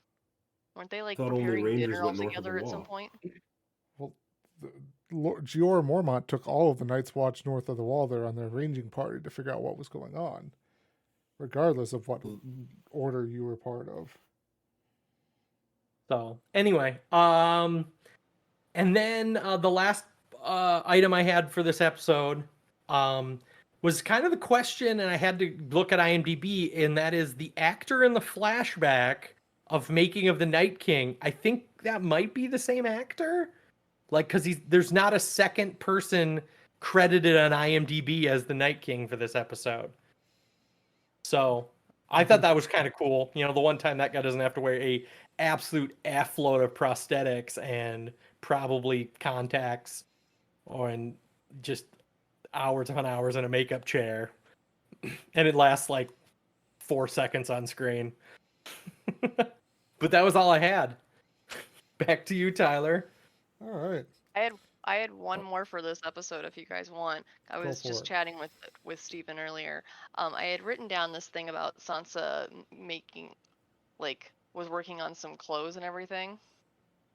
And I had this moment of like, gosh, did they understand how long it takes to sew or embroider an outfit, especially leather? These are not easy materials.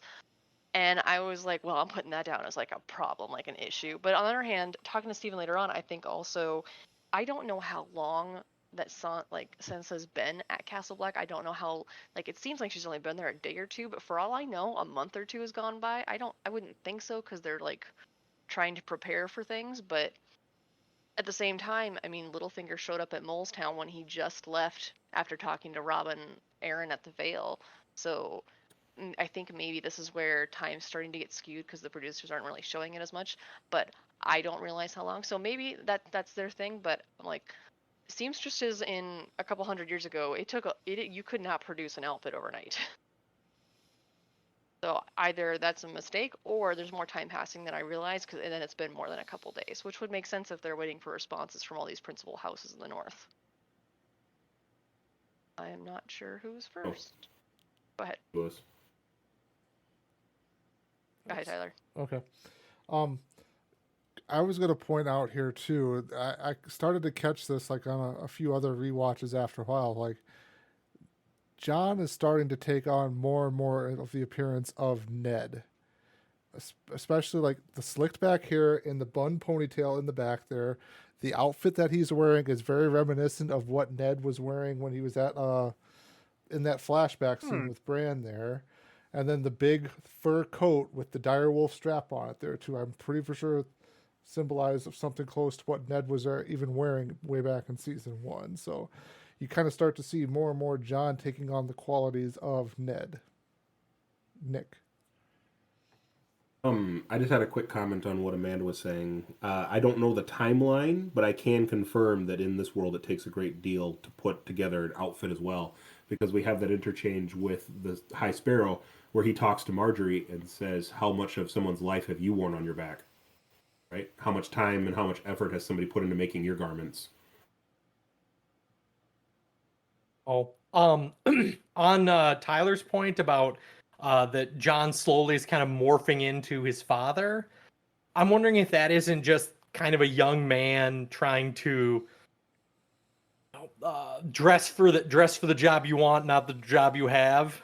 But he grew up under a great lord, and so he's the Lord Commander of the Night's Watch, so he wants to look lordly, and then he trained under the Great Bear, and so he wants to be a commanding presence, as he's not a huge guy compared to some of the people around him.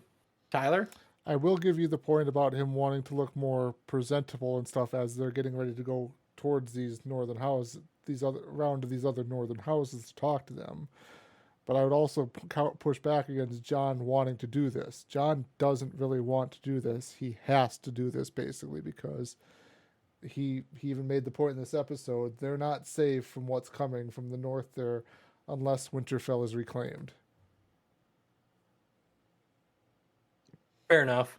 I just was saying that as he took on the role of the Lord Commander, but you were saying since he came back from the dead at the beginning of the season. Fair enough. Like do you feel like he no longer wears the black outfits of the Night's Watch, so he sort of takes on a more lordly ensemble? Maybe just more of a northern ensemble there, especially to tying into the House of the Direwolf there of the wolf pelt and everything like that. Steven? I'd say that's also what he knows, right? You wear what you know as well. And I mean, it doesn't matter if I am an ancient Roman living in the modern day, if I think that, hey, you should dress like Caesar to actually look like a, good person, I'm gonna walk into the stock market wearing a skirt and a breastplate with no shirt on. I feel like that's how you'd fair. watch the stock market either way. And John wasn't in the capital with everybody else. He has no clue what they're wearing. He doesn't know the fashions. I do feel like Sansa's been working on her clothes since literally the first episode. She changed her style based on the thing. She was wearing stuff to match more of the southern outfits. Her septa makes that comment in like the first season, like, you look like a real southern lady now. And then later on she changes it to reflect more like her mother, and then like Marjorie, whatever she's like, kind of, she changes it as she goes, and now it's like the most northern style. And maybe John's kind of following, so maybe he's just doing what Sansa. But I think there's multiple reasons for sure. Maybe a metaphor that she's less vibrant, she's more reserved because she's had more crap happen to her. Or muted colors.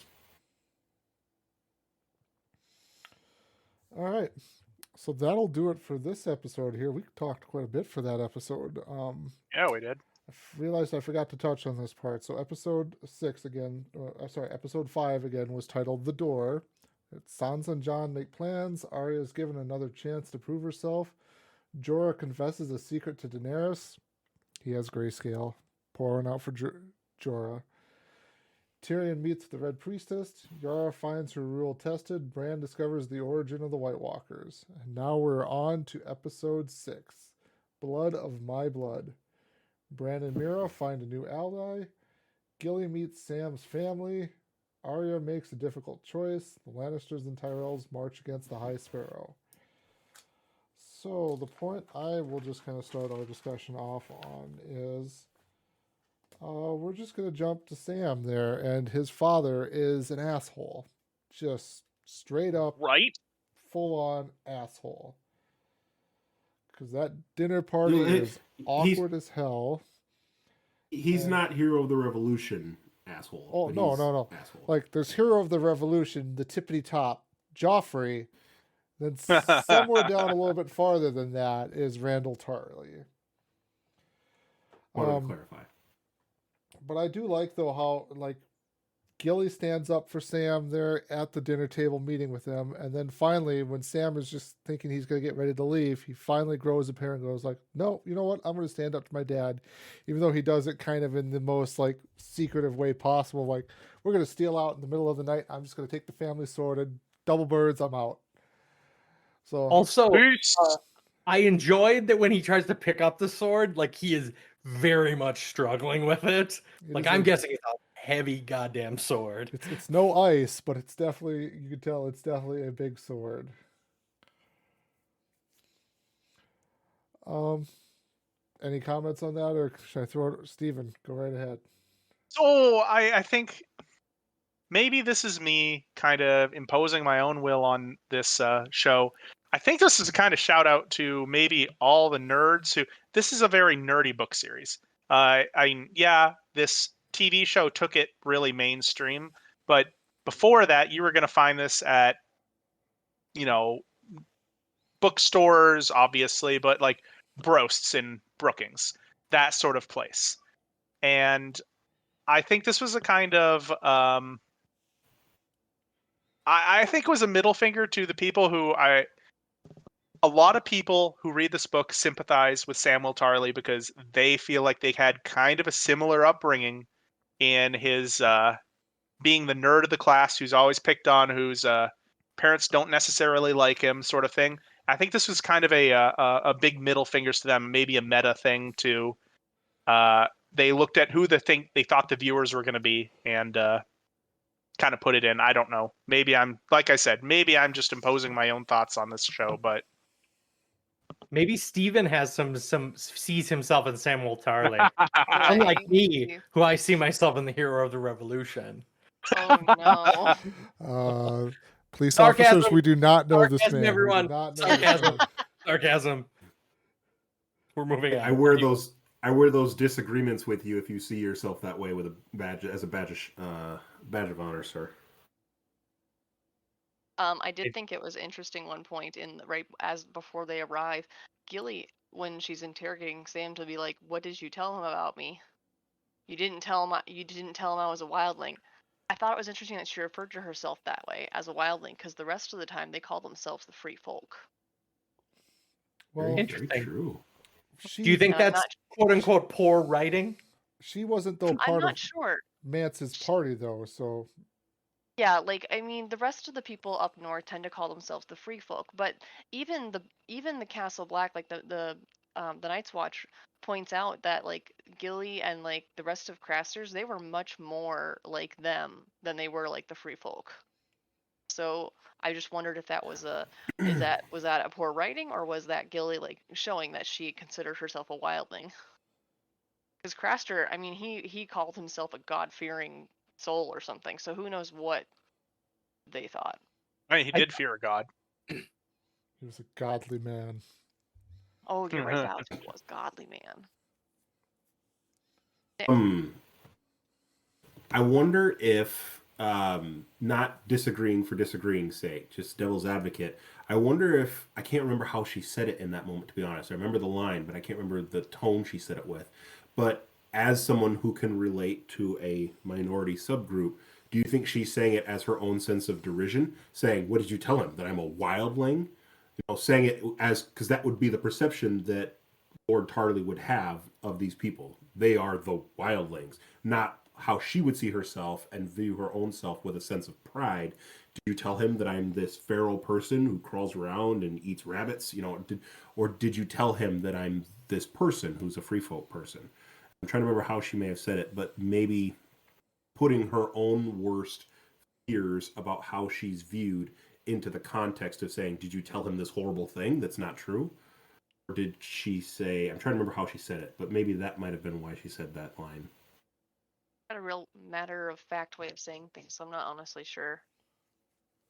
I just thought I was waiting, and I was like, I was happy that they didn't mention who her father was, because that was probably more complicated than her being a wildling. Was her being like a very interesting cult, being part of a very interesting cult society.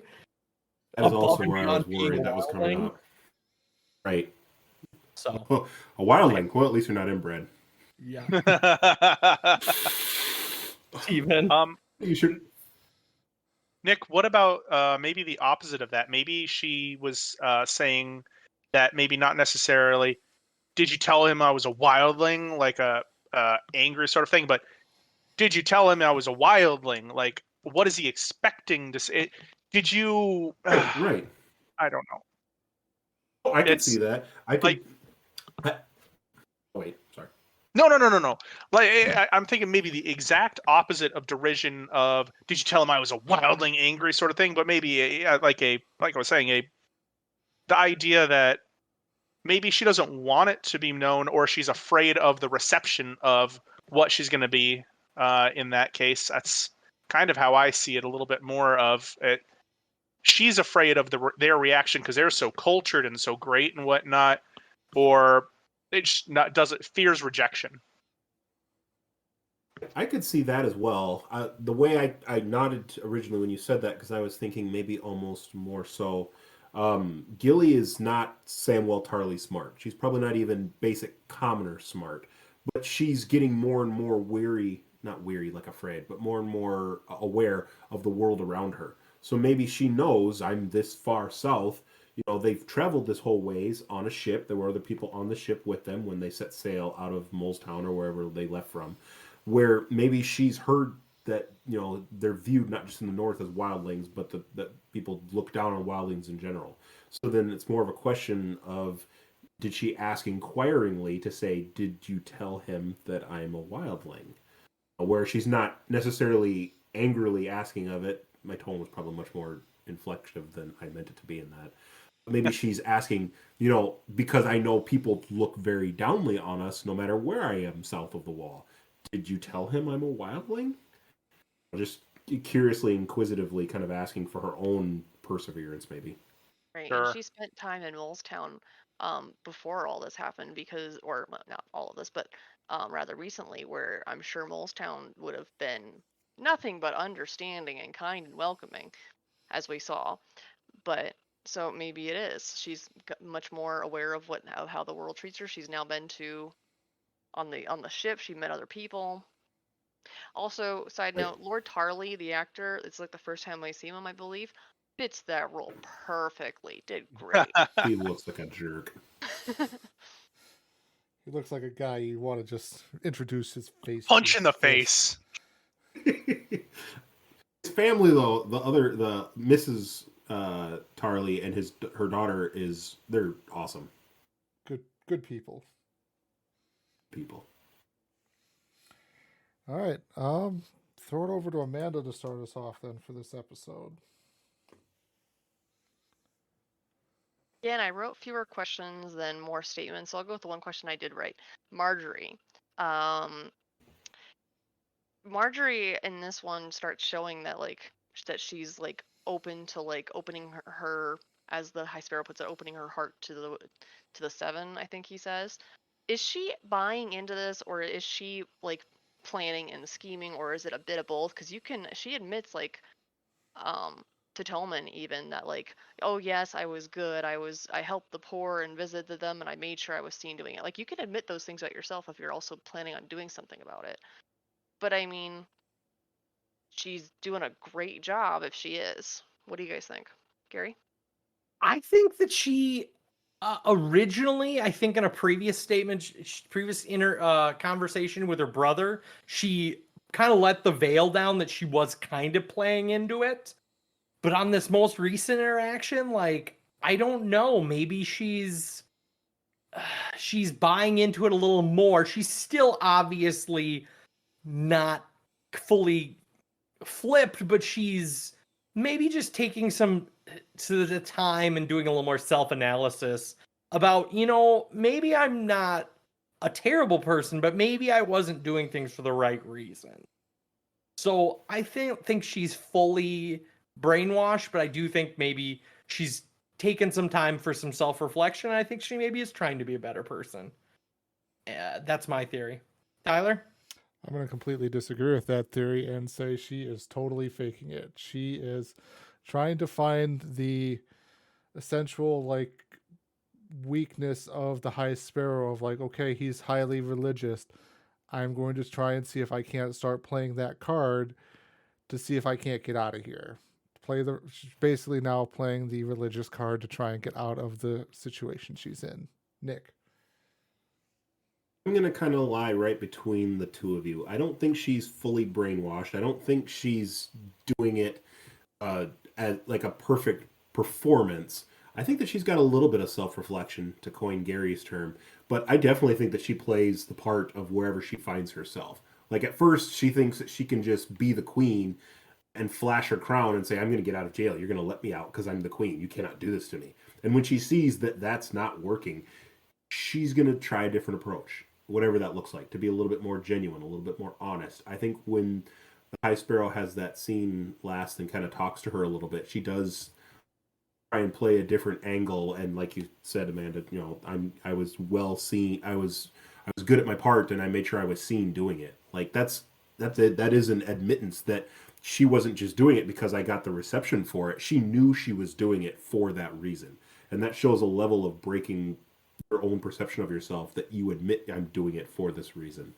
I think that there is something there that she knows when she's playing a part. She can acknowledge that she was. So there is some reflection even in that. But I don't think that she's 100% sure how to play the part quite yet. Gary.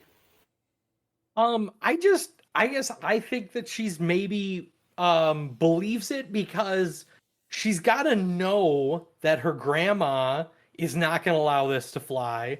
She's got to know that her dad's not going to allow this to fly. And she, even at the very base level, Marjorie should know that the queen, as a very basic belief of like having this done to her and belief that the monarchy still needs power, that if you defame the power of the queen, you defame the power of my son, the king. So I would think that if she had any communication out from the outside, she would know that none of her family was going to allow this to happen. I don't know. Maybe I'm wrong. I'm sometimes wrong. Once in 100 times. Steven? I just want that noted, that Gary admitted sometimes he's wrong. That's all I want for the evening. I don't need a tally, just that the word was reiterated. So as you all know, Marjorie is in fact one of my favorite characters.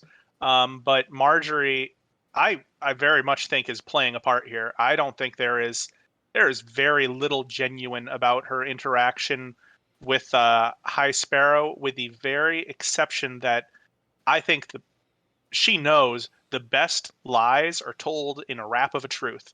So yeah, she's going to admit exactly what she's been doing for the sake of feeding him that pill, saying, and I repent. She's not repenting. She doesn't, there's no way she actually, I guess, believes all that at this point. After what we have seen from her, she is too Machiavellian to just flip over a coin and go, you're right, I was a bad person. I should change my ways. Just not a thing. Amanda. I pretty much honestly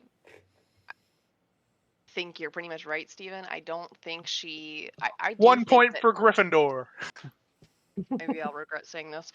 But I do honestly think that Marjorie is planning in this. However, and I think you're right. Like the best like lies come with like mostly truths or how you angle them. Um, but I also think we have had seen some evidence before that Marjorie, while scheming and definitely manipulative, also is not a bad person. Like she's actually like interested in helping people. Yes, she wants to make sure that she gets the credit for all that, but I don't think she's like she did seem genuinely interested in helping Sansa, even though there was also definitely other motivators there as well. On the other hand, at the end of it, I if it's completely scheming, I think I really love how they did it so that like we as the audience don't know, because I do feel like in a lot of shows when the character is acting, they make it real obvious to us as the audience so that we know what's going on, and this is so much better to me because you don't know. Yeah, go ahead, Nick. I was just going to comment really quickly. Yeah, the ethics of the characters' mythos. The jury's out on that. We talked about earlier. The ethics of her doing the right thing for the wrong reasons aside, she's still doing the right things. So she is, I agree with Amanda, a really good character. That's all I had. I was going to say then too, to just make Gary feel slightly better, he did have a slightly interesting point there that Marjorie knows that her grandma and her father are not going to allow this to stand for much longer here, really. So she knows if she starts playing the religion card part enough, she can get out there while not endangering her family, but then also too, she knows her family is going to cause enough of a stink that if they do this kind of, as it comes to next here, basically this big public display of how the crown has found faith in the twin pillars of society and everything like that, which I want to touch on that scene a little bit here too. Yes, so do I. But she knows this is coming, so she's now playing into this more basically to set herself up to get out and try and then get one over on the High Sparrow. Can I ask sorry, unless anyone has any other topics, can I ask a question before we transition into that scene? Because I also think that scene's really good. Go for it. I think that, yes, I agree with that, Tyler, that she probably would have tried to play that to prolong the situation the way it played out. But I don't think she would have known what her family was doing. Not that you're saying that, but to know that, Mace and Olenna and Jaime are going to be there with an army to, say, take her back. She didn't anticipate that, because we can talk about it now, but I think that does clearly portray her family in a negative light. It makes them look like they're usurping the power of the faith by just violently coming in, and Jaime, riding a horse up the stairs of the steps saying, I'm just going to take her back. I think that she was probably doing what she was doing in a sense to play along and maybe find an alternate way to get herself out of jail, as it were. But I don't think that I think she would have done something different. Like I said, I think she is playing a part to an extent. I don't think that the way she did it, like seeing then when she got to come out and see what's going on, to see an army march up, she was probably like, crap, I wish I'd played that differently, so I don't make my family look like jerks about it. It was just interesting. Was my 2 cents in that takeaway, that she is probably playing a part, but not having that communication to know both sides' endeavors. The way it played out was not in her best favor, or for her family at least. Amanda. I think also there's possible that she probably knew her family wasn't going to just abandon her. On the other hand, she's been away for how long with no contact from them, how it's easy to lose faith. But if she keeps that faith, it's very reasonable to assume that if you put lots of stress in different areas, or even light pressure in different areas, it might be more, maybe the High Sparrow will be more likely to let her go if she's friendly with him or playing along. It's easy to stand your ground if you think that person is an implacable enemy. Correct. Interesting. I was gonna say that I feel like for her family though, like she's the last hope of honor. Like she's the future of the family is through Marjorie. Like her brother is dishonored, and that dishonor is probably going to follow him throughout his whole life. But Marjorie will still be the queen, and her children will still be the future kings and queens. So I think it's mostly just important that her honor is maintained, because even though they go there to get both of them, which I originally was kind of gonna flip-flop, then I remembered that they do say that they were going there for both of them, Marjorie and Loras. But they specifically took action when Marjorie was going to have to take the walk of shame, because that affects the future of the Tyrells. Like, they don't really care that they shame Cersei, because Cersei's not anyone they value, but it definitely made a difference when it was going to happen to Marjorie. Nick? Something you just said made me think of that. I think that you were portraying it as the Tyrells and the Lannisters saying, we can't let Marjorie suffer this because we have to hold her in high esteem. Just general rhetorical question for the group. Do you think the High Sparrow has the same goal in mind with Marjorie? Cersei could be, no matter if she says she would repent or not, she has to take the Walk of Atonement because she's the Dowager Queen. She probably won't have any more children. But we want to uphold the quote-unquote 2 pillars of the faith by not having Marjorie do that walk. Do you think that the High Sparrow was never going to have Marjorie do that walk? Or do you think he was planning to until she started playing along? Because Queen, who is to have children, perceivably, would need to have some sense of honor. On the faith side. So Tyler. this goes, I think, into something we talked about maybe the last recording session. I posited the idea that maybe the High Sparrow threw this out there, that he was going to have Marjorie do the Walk of Atonement to get those families riled up enough where they would do something stupid.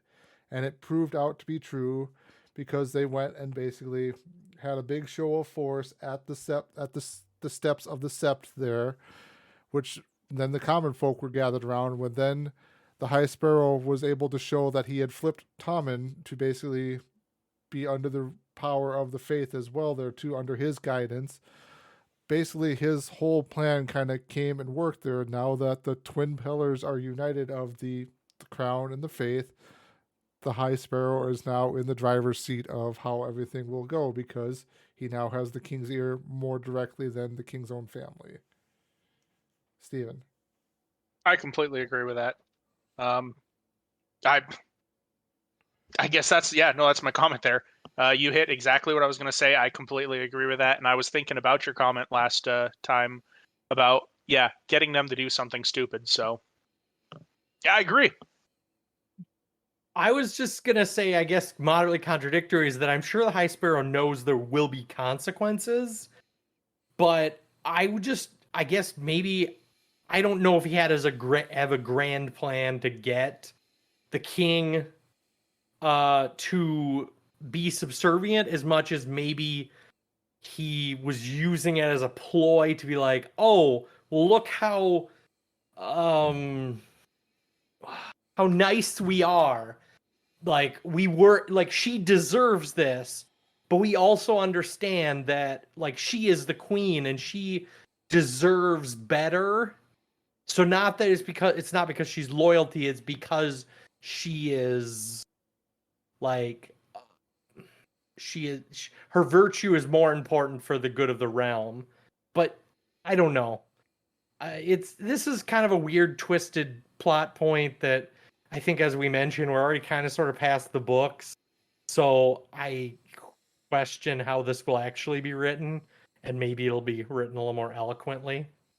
But that's all I have on that note. So I don't know whose questions we were on, or if anyone else any other points on this scene. It was just a weird one-off that I had, and I was gonna say whoever goes next can jump in after this. I thought it was a really great plot point. It undermines how quickly to arms the old world families are, and how this new faith adversary is much more well versed in tactics. It shows if the High Sparrow is not in some great scheme or mastermind plan, that he can very quickly read a room, and how quickly he can make the common people, of which there are far more than lords, rise up or be opposed to what's going on. So yeah, I thought it was a well written scene. Tyler, you had commented you guys wanted to talk about some points in this, if we haven't already.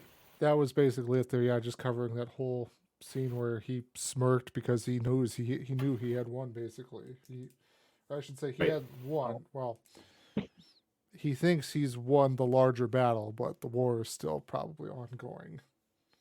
I guess then I had one more point to add on to that as well, in a different vein, and this is more for Jaime and Cersei.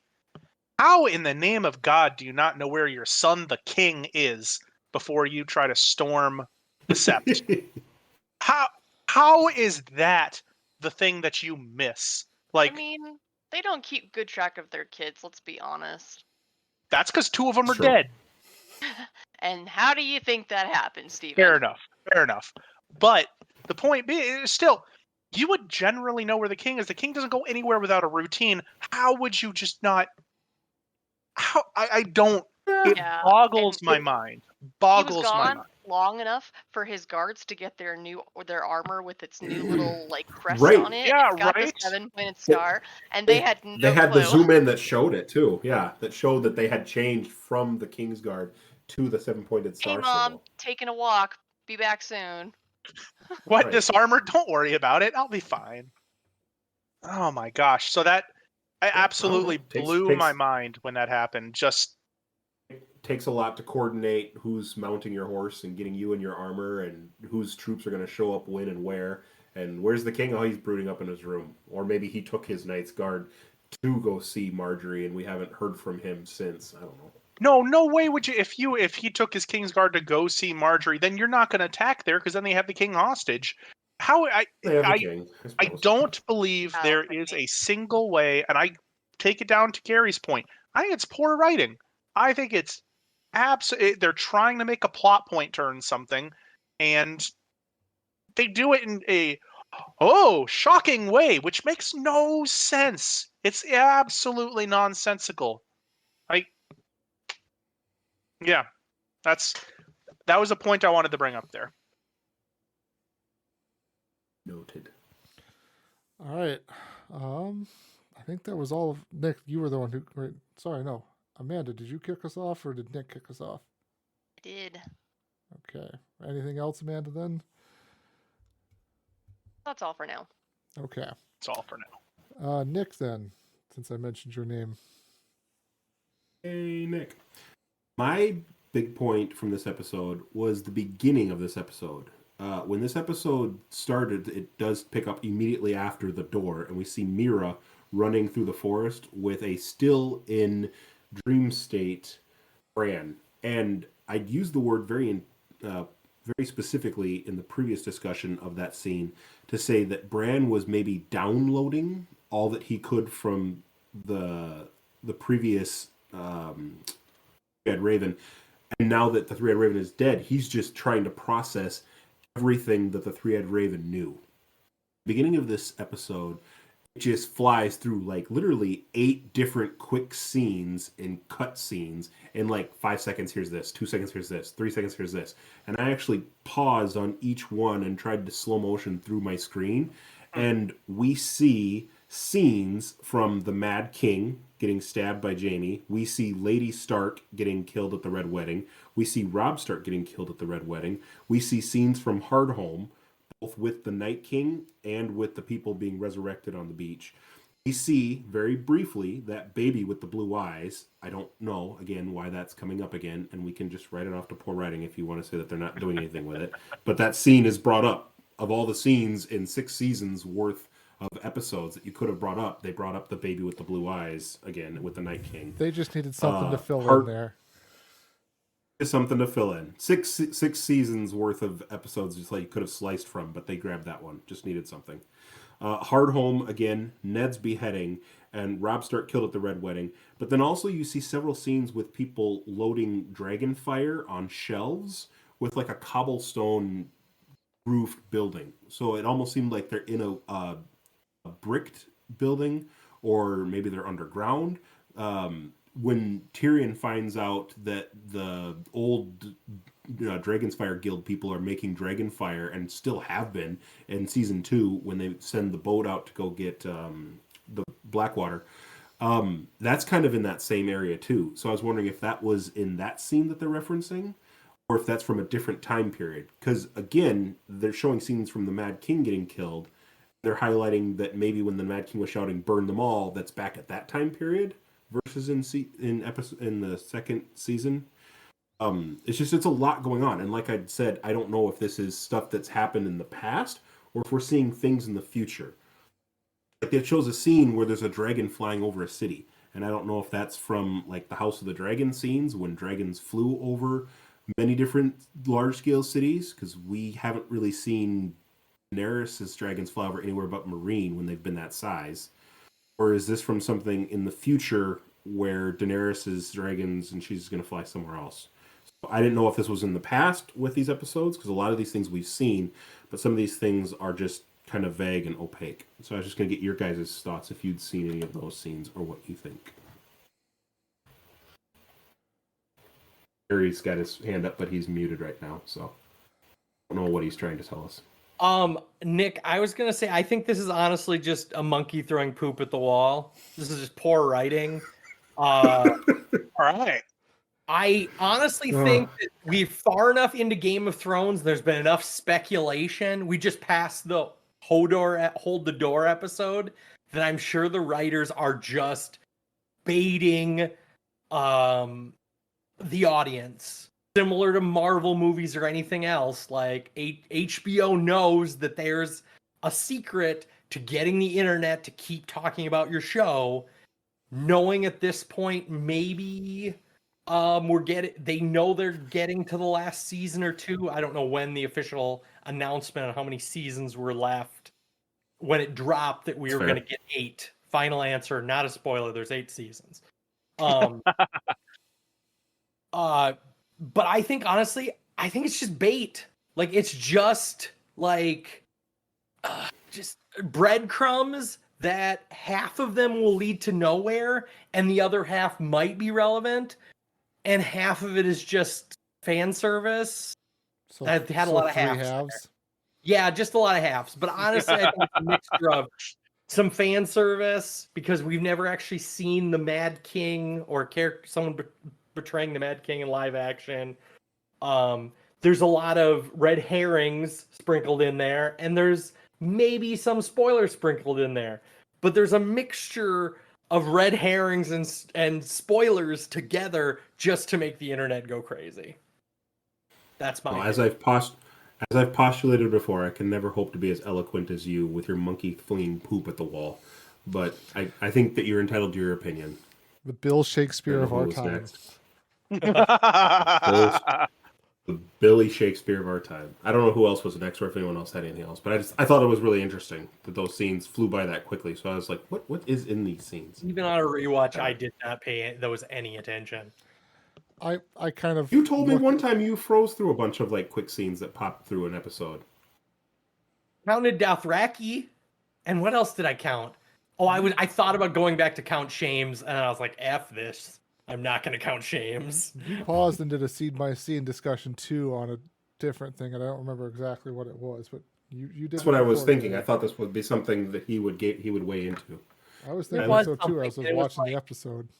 It might have been a brand dream. It might have been a Three-Eyed Raven dream. You're right. I've gotten burned out by this point in the show.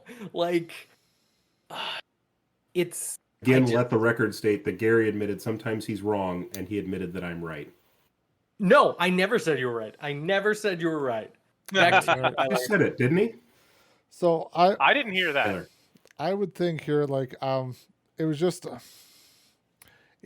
scenes to represent a lot of the stuff that had happened in the world. So Bran is downloading the memories of the world. They're basically into his skull. So it's a lot of scenes of what would happen. I don't think there was necessarily House of the Dragon type scenes of dragons flying over the cities, but large shadow flying over the cities. They're ominous thing.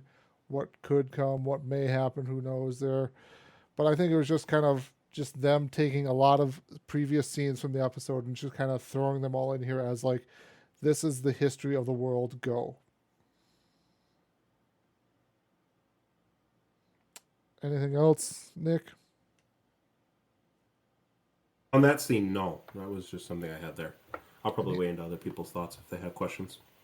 Any other questions for the episode then, Nick? Oh, if we're sticking with me, I guess I had a thought on it was towards the end of the episode when is it in the last scene where it is in the last episode, yeah, where we said Jorah reveals that he has grayscale, and you said he said he had grayscale to Daenerys. So no, I don't have anything else right now. Steven. So the first of mine was the interaction with Where's Tommen, and we'd gone through that. Second one, and I alluded to this in the last episode when we were talking about it, but with Arya is signed a contract to kill someone, goes to kill them, and ends up feeling pity for that person, and deciding to basically out the person who's trying to kill her, and saying, F off, I'm gone. Goes, gets Needle, and then we see that the waif is now going to go and kill her. So, couple different questions here. Number one, we've already seen her beat the waif, like blindfolded. So, how is that going to go? Number two, I'm just... Is there a reason for this turnaround for Arya? Is it because she's been watching all those plays? Like, I got messed up midway through my thought last time. Has she been watching these plays? It's made her nostalgic. It's made her care more about her history. And so it's made her kind of more sympathetic to the underdog, to people being attacked and killed. I guess I'll go to Amanda. So, first off,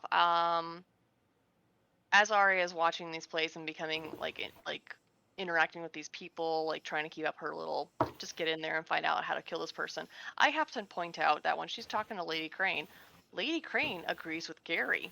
She says poor writing at one, basically, because she says her final speech is shit. And all I could think of was, hey, she agrees with Gary. So put that on your list. Lady Crane agrees once. Okay. I love the music also when Arya was makes her choice and is determined, beautiful swell of music. But what I thought was just that Arya has been trying to be not herself for so long, and now that she's finally on this path, it's not even the first time. He tells her this is her second chance, there won't be a third. When it comes to finally killing someone, she's pulled back, why am I doing this? Gary? I guess Stephen had two different questions. One is, why did Arya have the change of heart? And I think some of it is that she doesn't think that it is actually the motivations of the faceless god are not truly for the betterment of the world, that there's some level of bureaucracy in it, because she assumes that the younger actress was the one who paid to get the Lady Crane assassinated. And that could just be that Arya not understanding that there's deeper threads at play, but the poor writing of the show only gives Arya a very shallow kiddie pool of explanation and motivation for why Lady Crane needs to die. And the only thing that we're told is that she just assumes it's the younger lady. And then I guess Stephen's second point about how she kind of how these plays were communicating to her history and her. I was kind of more in this episode than the last episode, as the last episode deals with her father's death and some things with Joffrey, Joffrey dying, this one's Joffrey dying. My question is some of the news she is getting, the first time she's hearing it is in the play, because she leaves Westeros, and before she leaves Westeros, she's kind of on the run for a while. I think that when she leaves Westeros is shortly after leaving Harrenhal, So a lot of the things in this second part of the play are really things that happened since she left Westeros. Joffrey dies after Harrenhal. The Tywin Lannister dies after she leaves Westeros. So a lot of the things in this episode, Joffrey dying, Tywin dying, are after she left Westeros. I think Joffrey dies when she's still in Westeros, because that all happens in season 4. And then Tywin dies after she's already left Westeros. I forgot. She hangs around with the Hound for quite a while. In their buddy cop drama there they have. Yeah, their buddy cut drama. As with characters and storylines that are easily forgotten, completely forgot about that. But anyway, I just wonder if maybe this is just another vein of how she's getting news, because she was on the road, so maybe she was only getting whispers of news.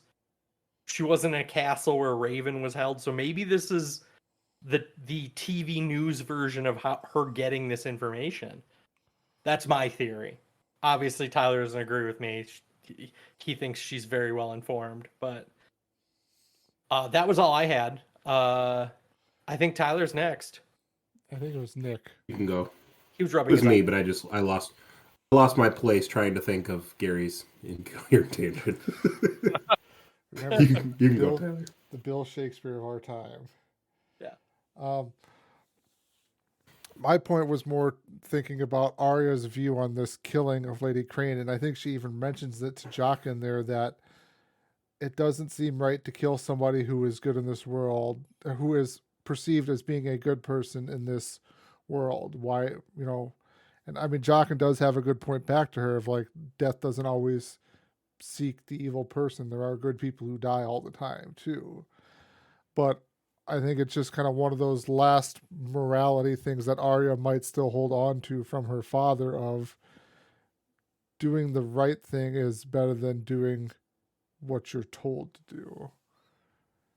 Nick.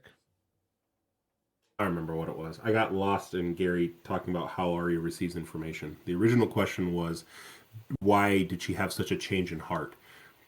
My thought is I don't think that she had so much of a change in heart. I think the big flip for her was Lady Crane, just like what Tyler's kind of alluding to.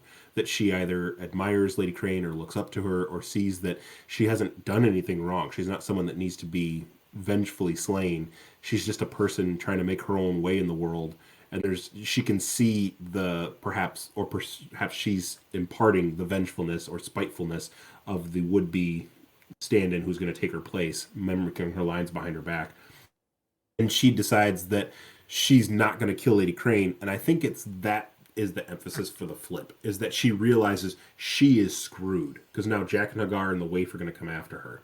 I don't think she's getting her sword back because I am Arya Stark and I'm going to go do this and go live my life now. I think I'm going to do this in the moment, and she impulsively runs back into the room and knocks the poisoned vial out of Lady Crane's hand and then says her thing about that one wants you dead, leaves, and then realizes, I am screwed, and quickly gets her sword because she knows death is coming on swift wings. And like at the end of that scene, she goes and hides in like an alleyway or something, I think.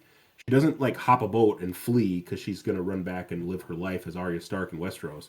She knows she has to make a game plan and hide somewhere with her sword, because I think the way I took it is she needs to do something to defense herself in, because she knows that she's going to have to put up with retribution that's coming her way.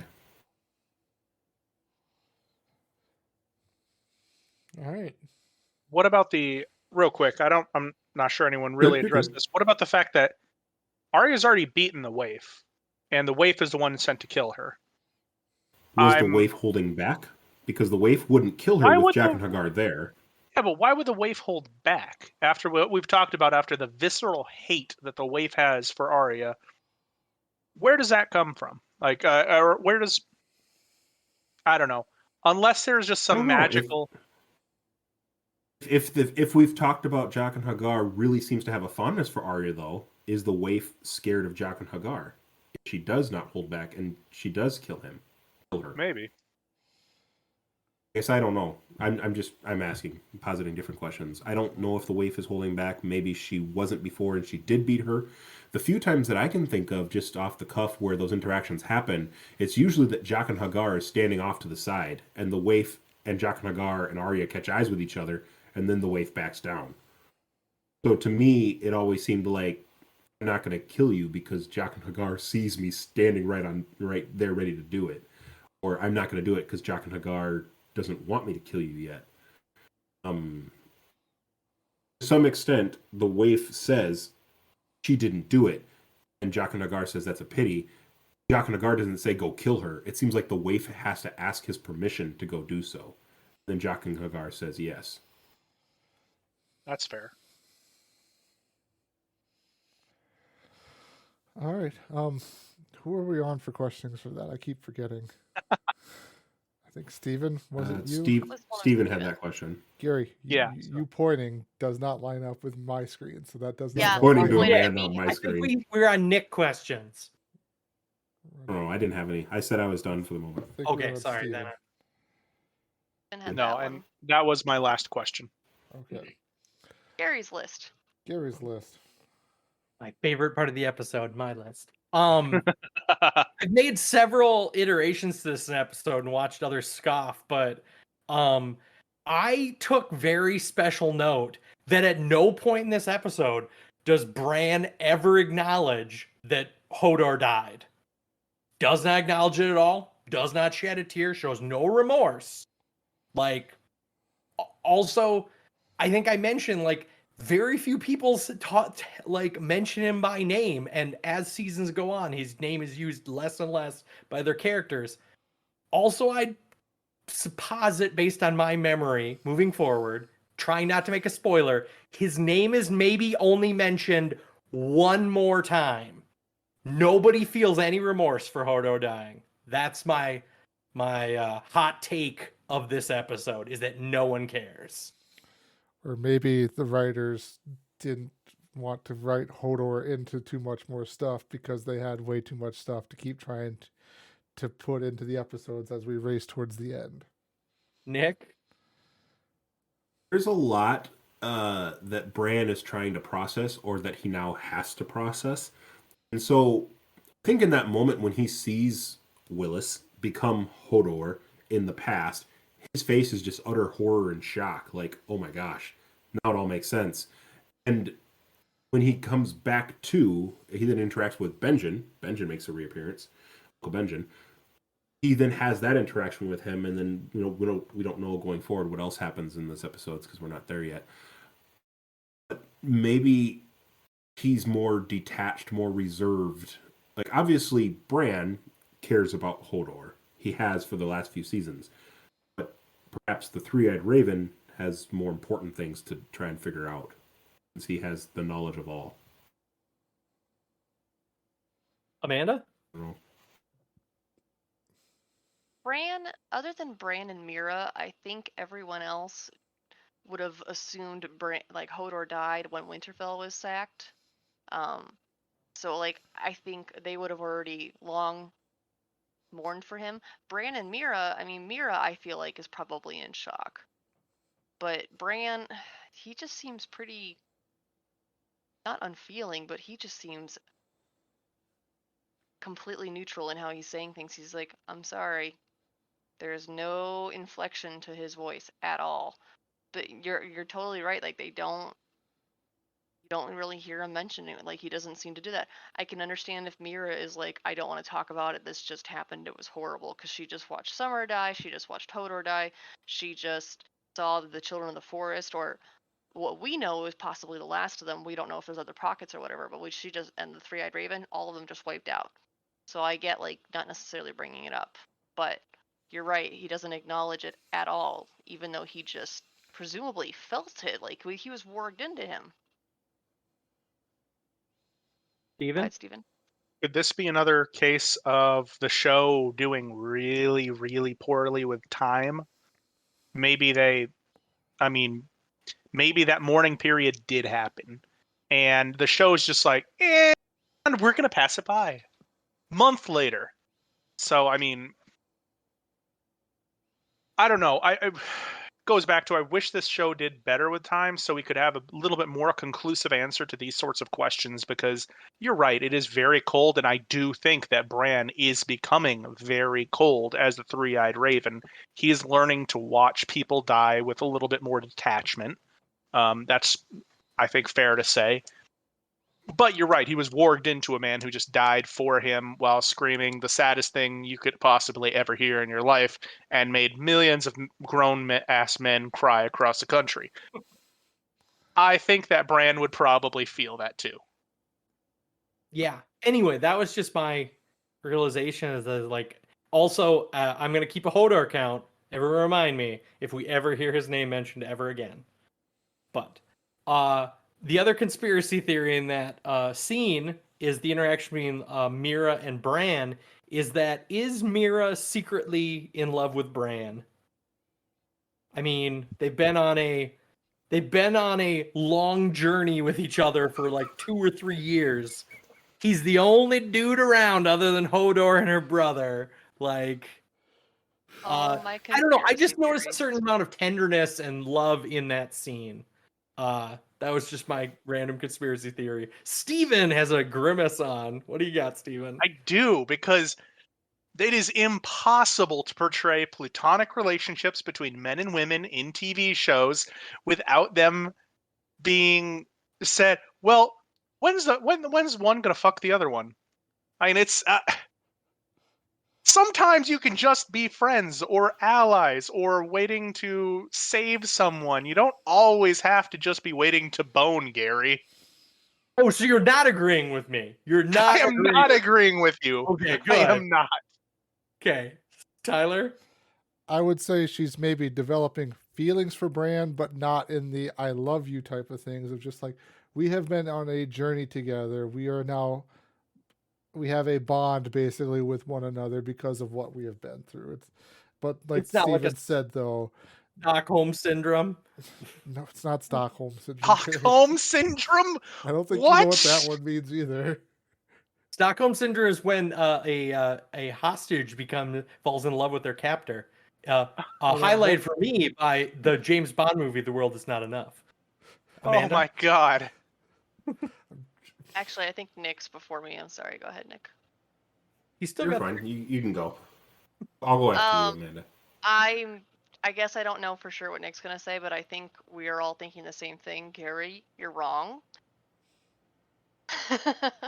out of I'm just 100. gonna file this under Gary conspiracy theories and move on. Nick. You're absolutely right. I'm going to agree with the rest of you. I laughed in the videos here because I saw 1, 2, 2, everybody's hand go up and everybody was just shaking their head going, no. No, I think it's just, the last few people left on the Titanic going down. Everybody's going to hug everybody because they're going through some trauma. And there's the only other person who can understand where they've been with what they're going to face should death take them. And so it's just, it's more the... here's another human being whose soul I can hug and touch because we're about to die. That's what I saw in that moment. Okay. I guess I put it under conspiracy theory. I didn't say like, is this happening? I was like, I watched the scene and I was like, it's just, there was something, as Steven probably gave the best smack talk, which is that two characters can have a platonic relationship in television. My last note on this episode was that we finally get to see Benjen again since season 1, so 5 whole seasons, and we're on the 3rd The Mountain That Rides, and we get the same actor 5 seasons later, and so many other actors have been recast, and we're on the 2nd Dario Naharis. So, and the 2nd Beric Dondarrion. Is it really a second Dario? Yeah, he's the one who goes to Dario fight Naharis one. is different. You didn't notice that, Steven? No. We only had the first one for like those like 2 episodes, didn't we? Okay, so Ned Stark sends him to hunt the mountain. You've got the wrong guy, Gary. Dario is the one with Dany. So Dario's the one with Dany. He's first the long blonde hair. Is it blonde hair? And then he's the guy now with the dark black hair and the beard. That's right. He was blonde before. Oh my He god. kills his 3 other captains and brings their heads to Yes. Dany. And Yes, it's a yes, different yes. dude. And then we find this new Dario holding the sword game out with his sword to Grey Worm to see who can last longer at the start of the season. And then Derek Dondarrion is the one who gets revived like a bunch of times by the priest, the flame priest. But his previous actor was in the episode with Ned sending someone to go hunt the mountain. Exactly. And then never seen again. So Never seen it. anyway, 3 different characters all recast. Benjen Stark, still the same character, multiple seasons later. That's all I had. That was my last note for this episode. I've had conspiracy theories. I've had hot takes. That's all I got.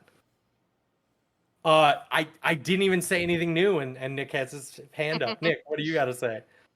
I just want to begin with you're wrong, Gary, in general, as a point of clarification. But something interesting with Benjen that they brought up too, that I thought you were going to lead into, but I'll point it out. Benjen says that he was stabbed by a White Walker, and that he was saved. I think he says by a child of the forest or something like that. But he said that by the same way that he said they make the Night King. Yep. And I think Bran says they drove dragon glass through your heart or something like that. So interesting. I was going to hear if that was a question or not, but what do we think of that? That you can save someone who's been killed by a White Walker blade by being stabbed through the heart with dragon glass? Because I don't think that's been brought up before, to our knowledge. Interesting. I think that explains a little more of the possible, like they found these caches of dragon glass, and I kept thinking, like, God, how much do you really need? There's like the White Walkers themselves, there are plenty of them, but like, why would, and you're gonna want this stuff, but this maybe explains, like, you could save people possibly that are churning, if you had more. However, my other points are, I think I need to start keeping a track of Gary's conspiracy theories. Like, I kind of want to be able to look back on these so we can rank the wilder ones. We'll let you spearhead. You're going to need a one, lot of Amanda. paper. You're gonna need a lot of Marker paper. board. I didn't bring the marker board today, but I found a marker board. Oh no. He's going to be there with all the like little lines tying to other threads of thought and be like, this is what's going to happen. Right. You don't even understand. My last thought on that was just to Steven not realizing Dario. I'm just imagining Steven watching the next episode and Dario pops up completely opposite looking and being like, yeah, that seems legit. Same guy. Wasn't it a season jump though? I think there was a season jump where he changed. Yeah. It was the end of like, one season, start of the Steven's next just season. like completely oblivious. Nope, looks like the same guy. It's fine. I am very hard pressed to remember actors' faces. Very hard pressed. It was also a character orbiting the Dany character, and we know that he's not fond of Dany. It's so he true. All right. So speaking of Dany here, the final point I'm going to bring up to drive our podcast home is Dany's speech there she gives to the Khalasar there about how they are all now being named as her blood riders there. Steven's already shaking his head. I am... So we've been touching on this point. Excited about this. We've been touching on this point a lot, and I will say this is the first time in a rewatch I can clearly sit there and go, this doesn't seem right as somebody who is being portrayed as a good person would do.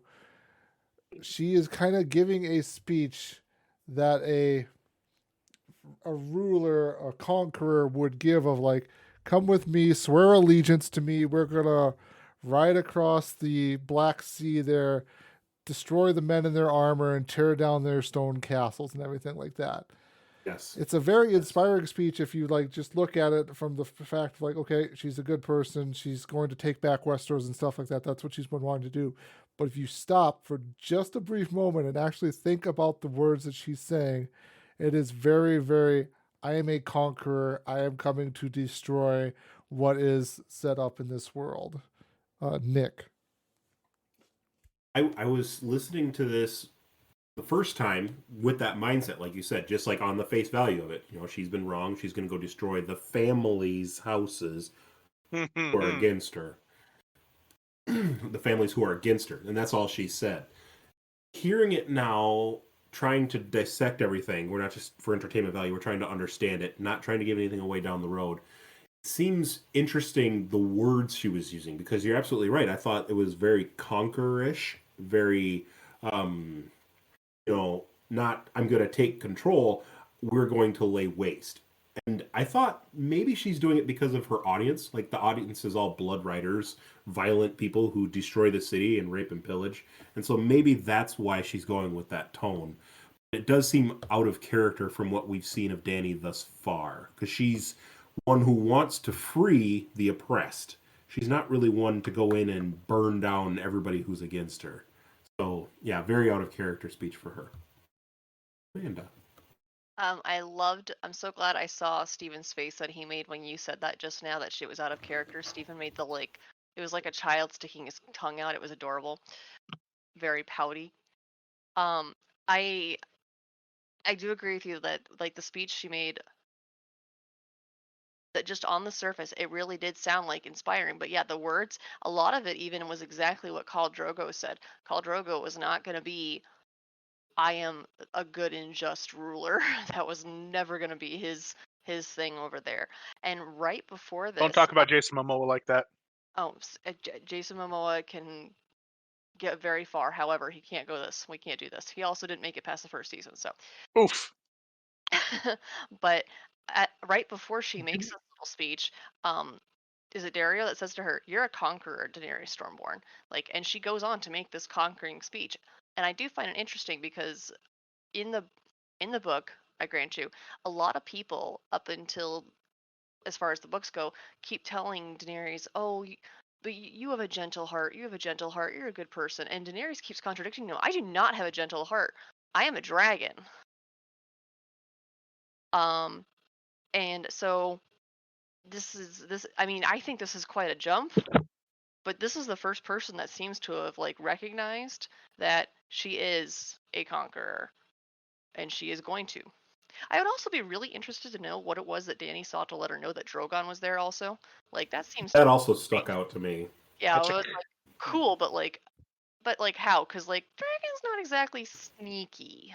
Stealth dragon. This will be the first time, Gary, if you're taking notes on actually making a tally board. I will say her just standing there and looking around to the sky and magically spider sensing, knowing that the dragon's there and nobody else sees this giant dragon, and she's like, "I'll be back," and just like sneaks off somewhere to go find the dragon. Right. Is an example of poor writing. It is. He's not a Night Fury. You're gonna see this thing. How did she know? Did you just make How to Train Your Dragons reference? I did, and I do not feel bad. Night Fury. Go ahead, Steven. Nothing? Okay, so first of all, if you are saying that she is playing to her crowd, she had no reason to play to her crowd. There wasn't anything, there was no animus for this speech. These people were all going to follow her anyways. They just saw her be unburned. There was no reason for the speech. So what does she do? She looks at them and goes, "You know what I'm going to do? I'm going to tell them all we're going to murder, pillage, rape, and kill. It'll be great. It'll be fun times." I mean, there was no reason to give that speech. She didn't need to inspire anyone. She didn't need to get anyone anywhere. And then she talks about, "Oh, well, what are you going to do when, I'm going to take what is mine." Yeah, this is exactly what she's been saying the entire time. This is a psychopath. This is someone that has been a psychopath. This is someone who has a deep-seated feel that she has been wronged, and she will take it out in blood on anyone. When you said, Nick, that her thing isn't a conquer, she doesn't go to kill her enemies, she very much goes to kill her enemies. Remember her locking someone in a fucking a vault for all time and eternity with the person that she thinks betrayed them? Remember her crucifying an entire part of a city? Remember her engaging a city and slaughtering every person, every master she could find? She is very much someone to go kill her enemies. Saving people, that's a second. She's okay with it as a second if it helps out what she is doing. She would never have saved the Unsullied, except the Unsullied are great warriors. So yeah, she'll take the Unsullied. Yeah, I mean, taking Marine and saving them from all the slavers and whatnot, that's a great thing. And they will allow you to get ships so you can sail across the sea and kill and rape and pillage where you want elsewhere. So no, I don't see this as some crazy turn. I see this as a maybe a culmination of what she is what I would say. Nick, what is your point? I don't think she's there yet. I don't think it's a culmination, as in a resolution, as in a finality. I think this is something underneath that she is capable of. Two parts, really quick. First, I don't think she has to make this point. If you give a politician a pulpit, they'll clearly postulate. So I think that she sees her dragon somehow and realizes I can be really Somehow. authoritative, and use my dragon to seem really cool and tell this people what I want to hear. I think that's what happens. I don't think she feels she needs to tell them anything. They did see her on fire, so they're probably going to go with her wherever she wants. But this is her first time probably talking to everyone. After the building burns down and she walks out unburnt, everybody just kneels. And again, unless it's done off camera, we just start following her. She doesn't say, this way, this is what we're going to do until this point. So maybe nobody knows where she's going or why we're following her, where we're going to follow her. We just know we better not piss her off. So that's my thought on why she gives that speech, as maybe a reason why. I don't know. I think that this isn't who her character is from what we've seen of her thus far. She clearly has the ability to burn down her enemies, but again, they're her enemies. When she took over all the slave cities, she didn't burn Yunkai to the ground. She didn't burn Astapor to the ground. She didn't burn Marine to the ground. She went after the people she saw as her enemies. She went after the people. How is that better? How is that better? It's not better, but in war, as she may see it, as someone who, I agree with you, does see herself as wronged, as a Targaryen who feels that she's been beat out of what is rightfully hers, she's going to go after people she perceives as wrong. That doesn't mean it's a terrifying trait. Like I said, it's something underneath who she is. I'm not saying that makes a great human being and a good neighbor. That's just somebody who sees something she sees as wrong. And just like we said, I already agreed, it seems very out of character for who I believe Daenerys is at this point in the story. Amanda. So, Stephen, in terms of evidence against necessarily Dany being all evil, she literally has this huge gathering of people that have followed her from city to city by now. That So did Hitler. that her advisors are telling her, dump these people. They're slowing you down. Leave them out there. They're gonna get killed. That's what people do. Blah blah blah. And she can't find it in her heart to do that. Also, as Marine is under siege.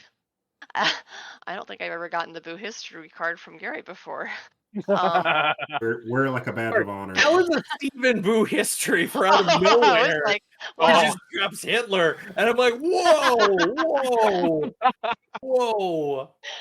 Pump the hate brakes, Thanos. Oh, okay, back to you, Amanda. Sorry. Well, and at the same time, as the siege is set as Marine, I'm getting this from the book again. Like, these are all from the book. Tyrion goes to collect water from a well in the book, and he notes that all the fact that even these wells are like this is how innocent and Dany is in the terms of warfare. Except for she's got all these advisors around her saying, do this, do this. She couldn't bring upon herself to poison the wells, to leave all these people to their deaths. On the other hand, she still has displayed these troubling things. That speech was not, we're all going to be friends speech. Though, and I say this with a lot of I don't think it's a good speech, but she is definitely talking to the Dothraki. You're going to speak to your audience. You're not going to sit there and tell the Dothraki, I'm going to go be a good queen. They don't respect anything but strength. That's been made abundantly clear. She underestimated that to her lost in the first in the first season, when she was like, but I'm in charge, and they were like, we don't care, you're not strong, bye. Come at me, Steven, let's go. I entirely disagree with you, because there was no need for her to make that speech. And yes, people will follow a strong leader. You will follow someone who can literally walk out of a fire because of magic. It doesn't make it a good leader. It makes them stupid followers. And yeah, there are probably a lot of stupid followers in the world. And if you get a large enough crowd of stupid followers, you will get an entire movement of stupid followers. We have seen that in the United States very recently. I do not think that her having, Boo history. I do not think that her having a group of followers necessarily means anything to her benefit. And yes, okay, the wells are The wells are fine. That's good for her. She didn't need to take the wells. In no situation did she need to have really an extended siege that she would need to poison wells. Like, I get where Tyrion is coming from, where maybe his background says that, yeah, you're going to have months-long sieges here. No, she doesn't have to. She takes the city by force, then she crucifies the people that she doesn't like. It's for the people, for in defense. She should poison the wells outside the city so that her enemies have nothing to sustain themselves. You're the student of history, Stephen. You should know this. Hey, Which you siege is mentioned- Hey everyone, this is Tyler. I am not at all for certain what happened to the end of the episode here. It seems like our audio just cut out here. Sorry about that, folks. We basically just kind of finished up our discussion here of what was happening. Moving on then to just kind of our fellow wrap up here, where we discuss that for next time we will be watching episode 7 and episode 8 from season 6 here. Episode 7 was titled The Broken Man. Episode 8 was titled No One. So that should be it, everyone. Thanks for listening. Join us next time when we cover episodes 7 and 8 for season 6. Thanks. Bye.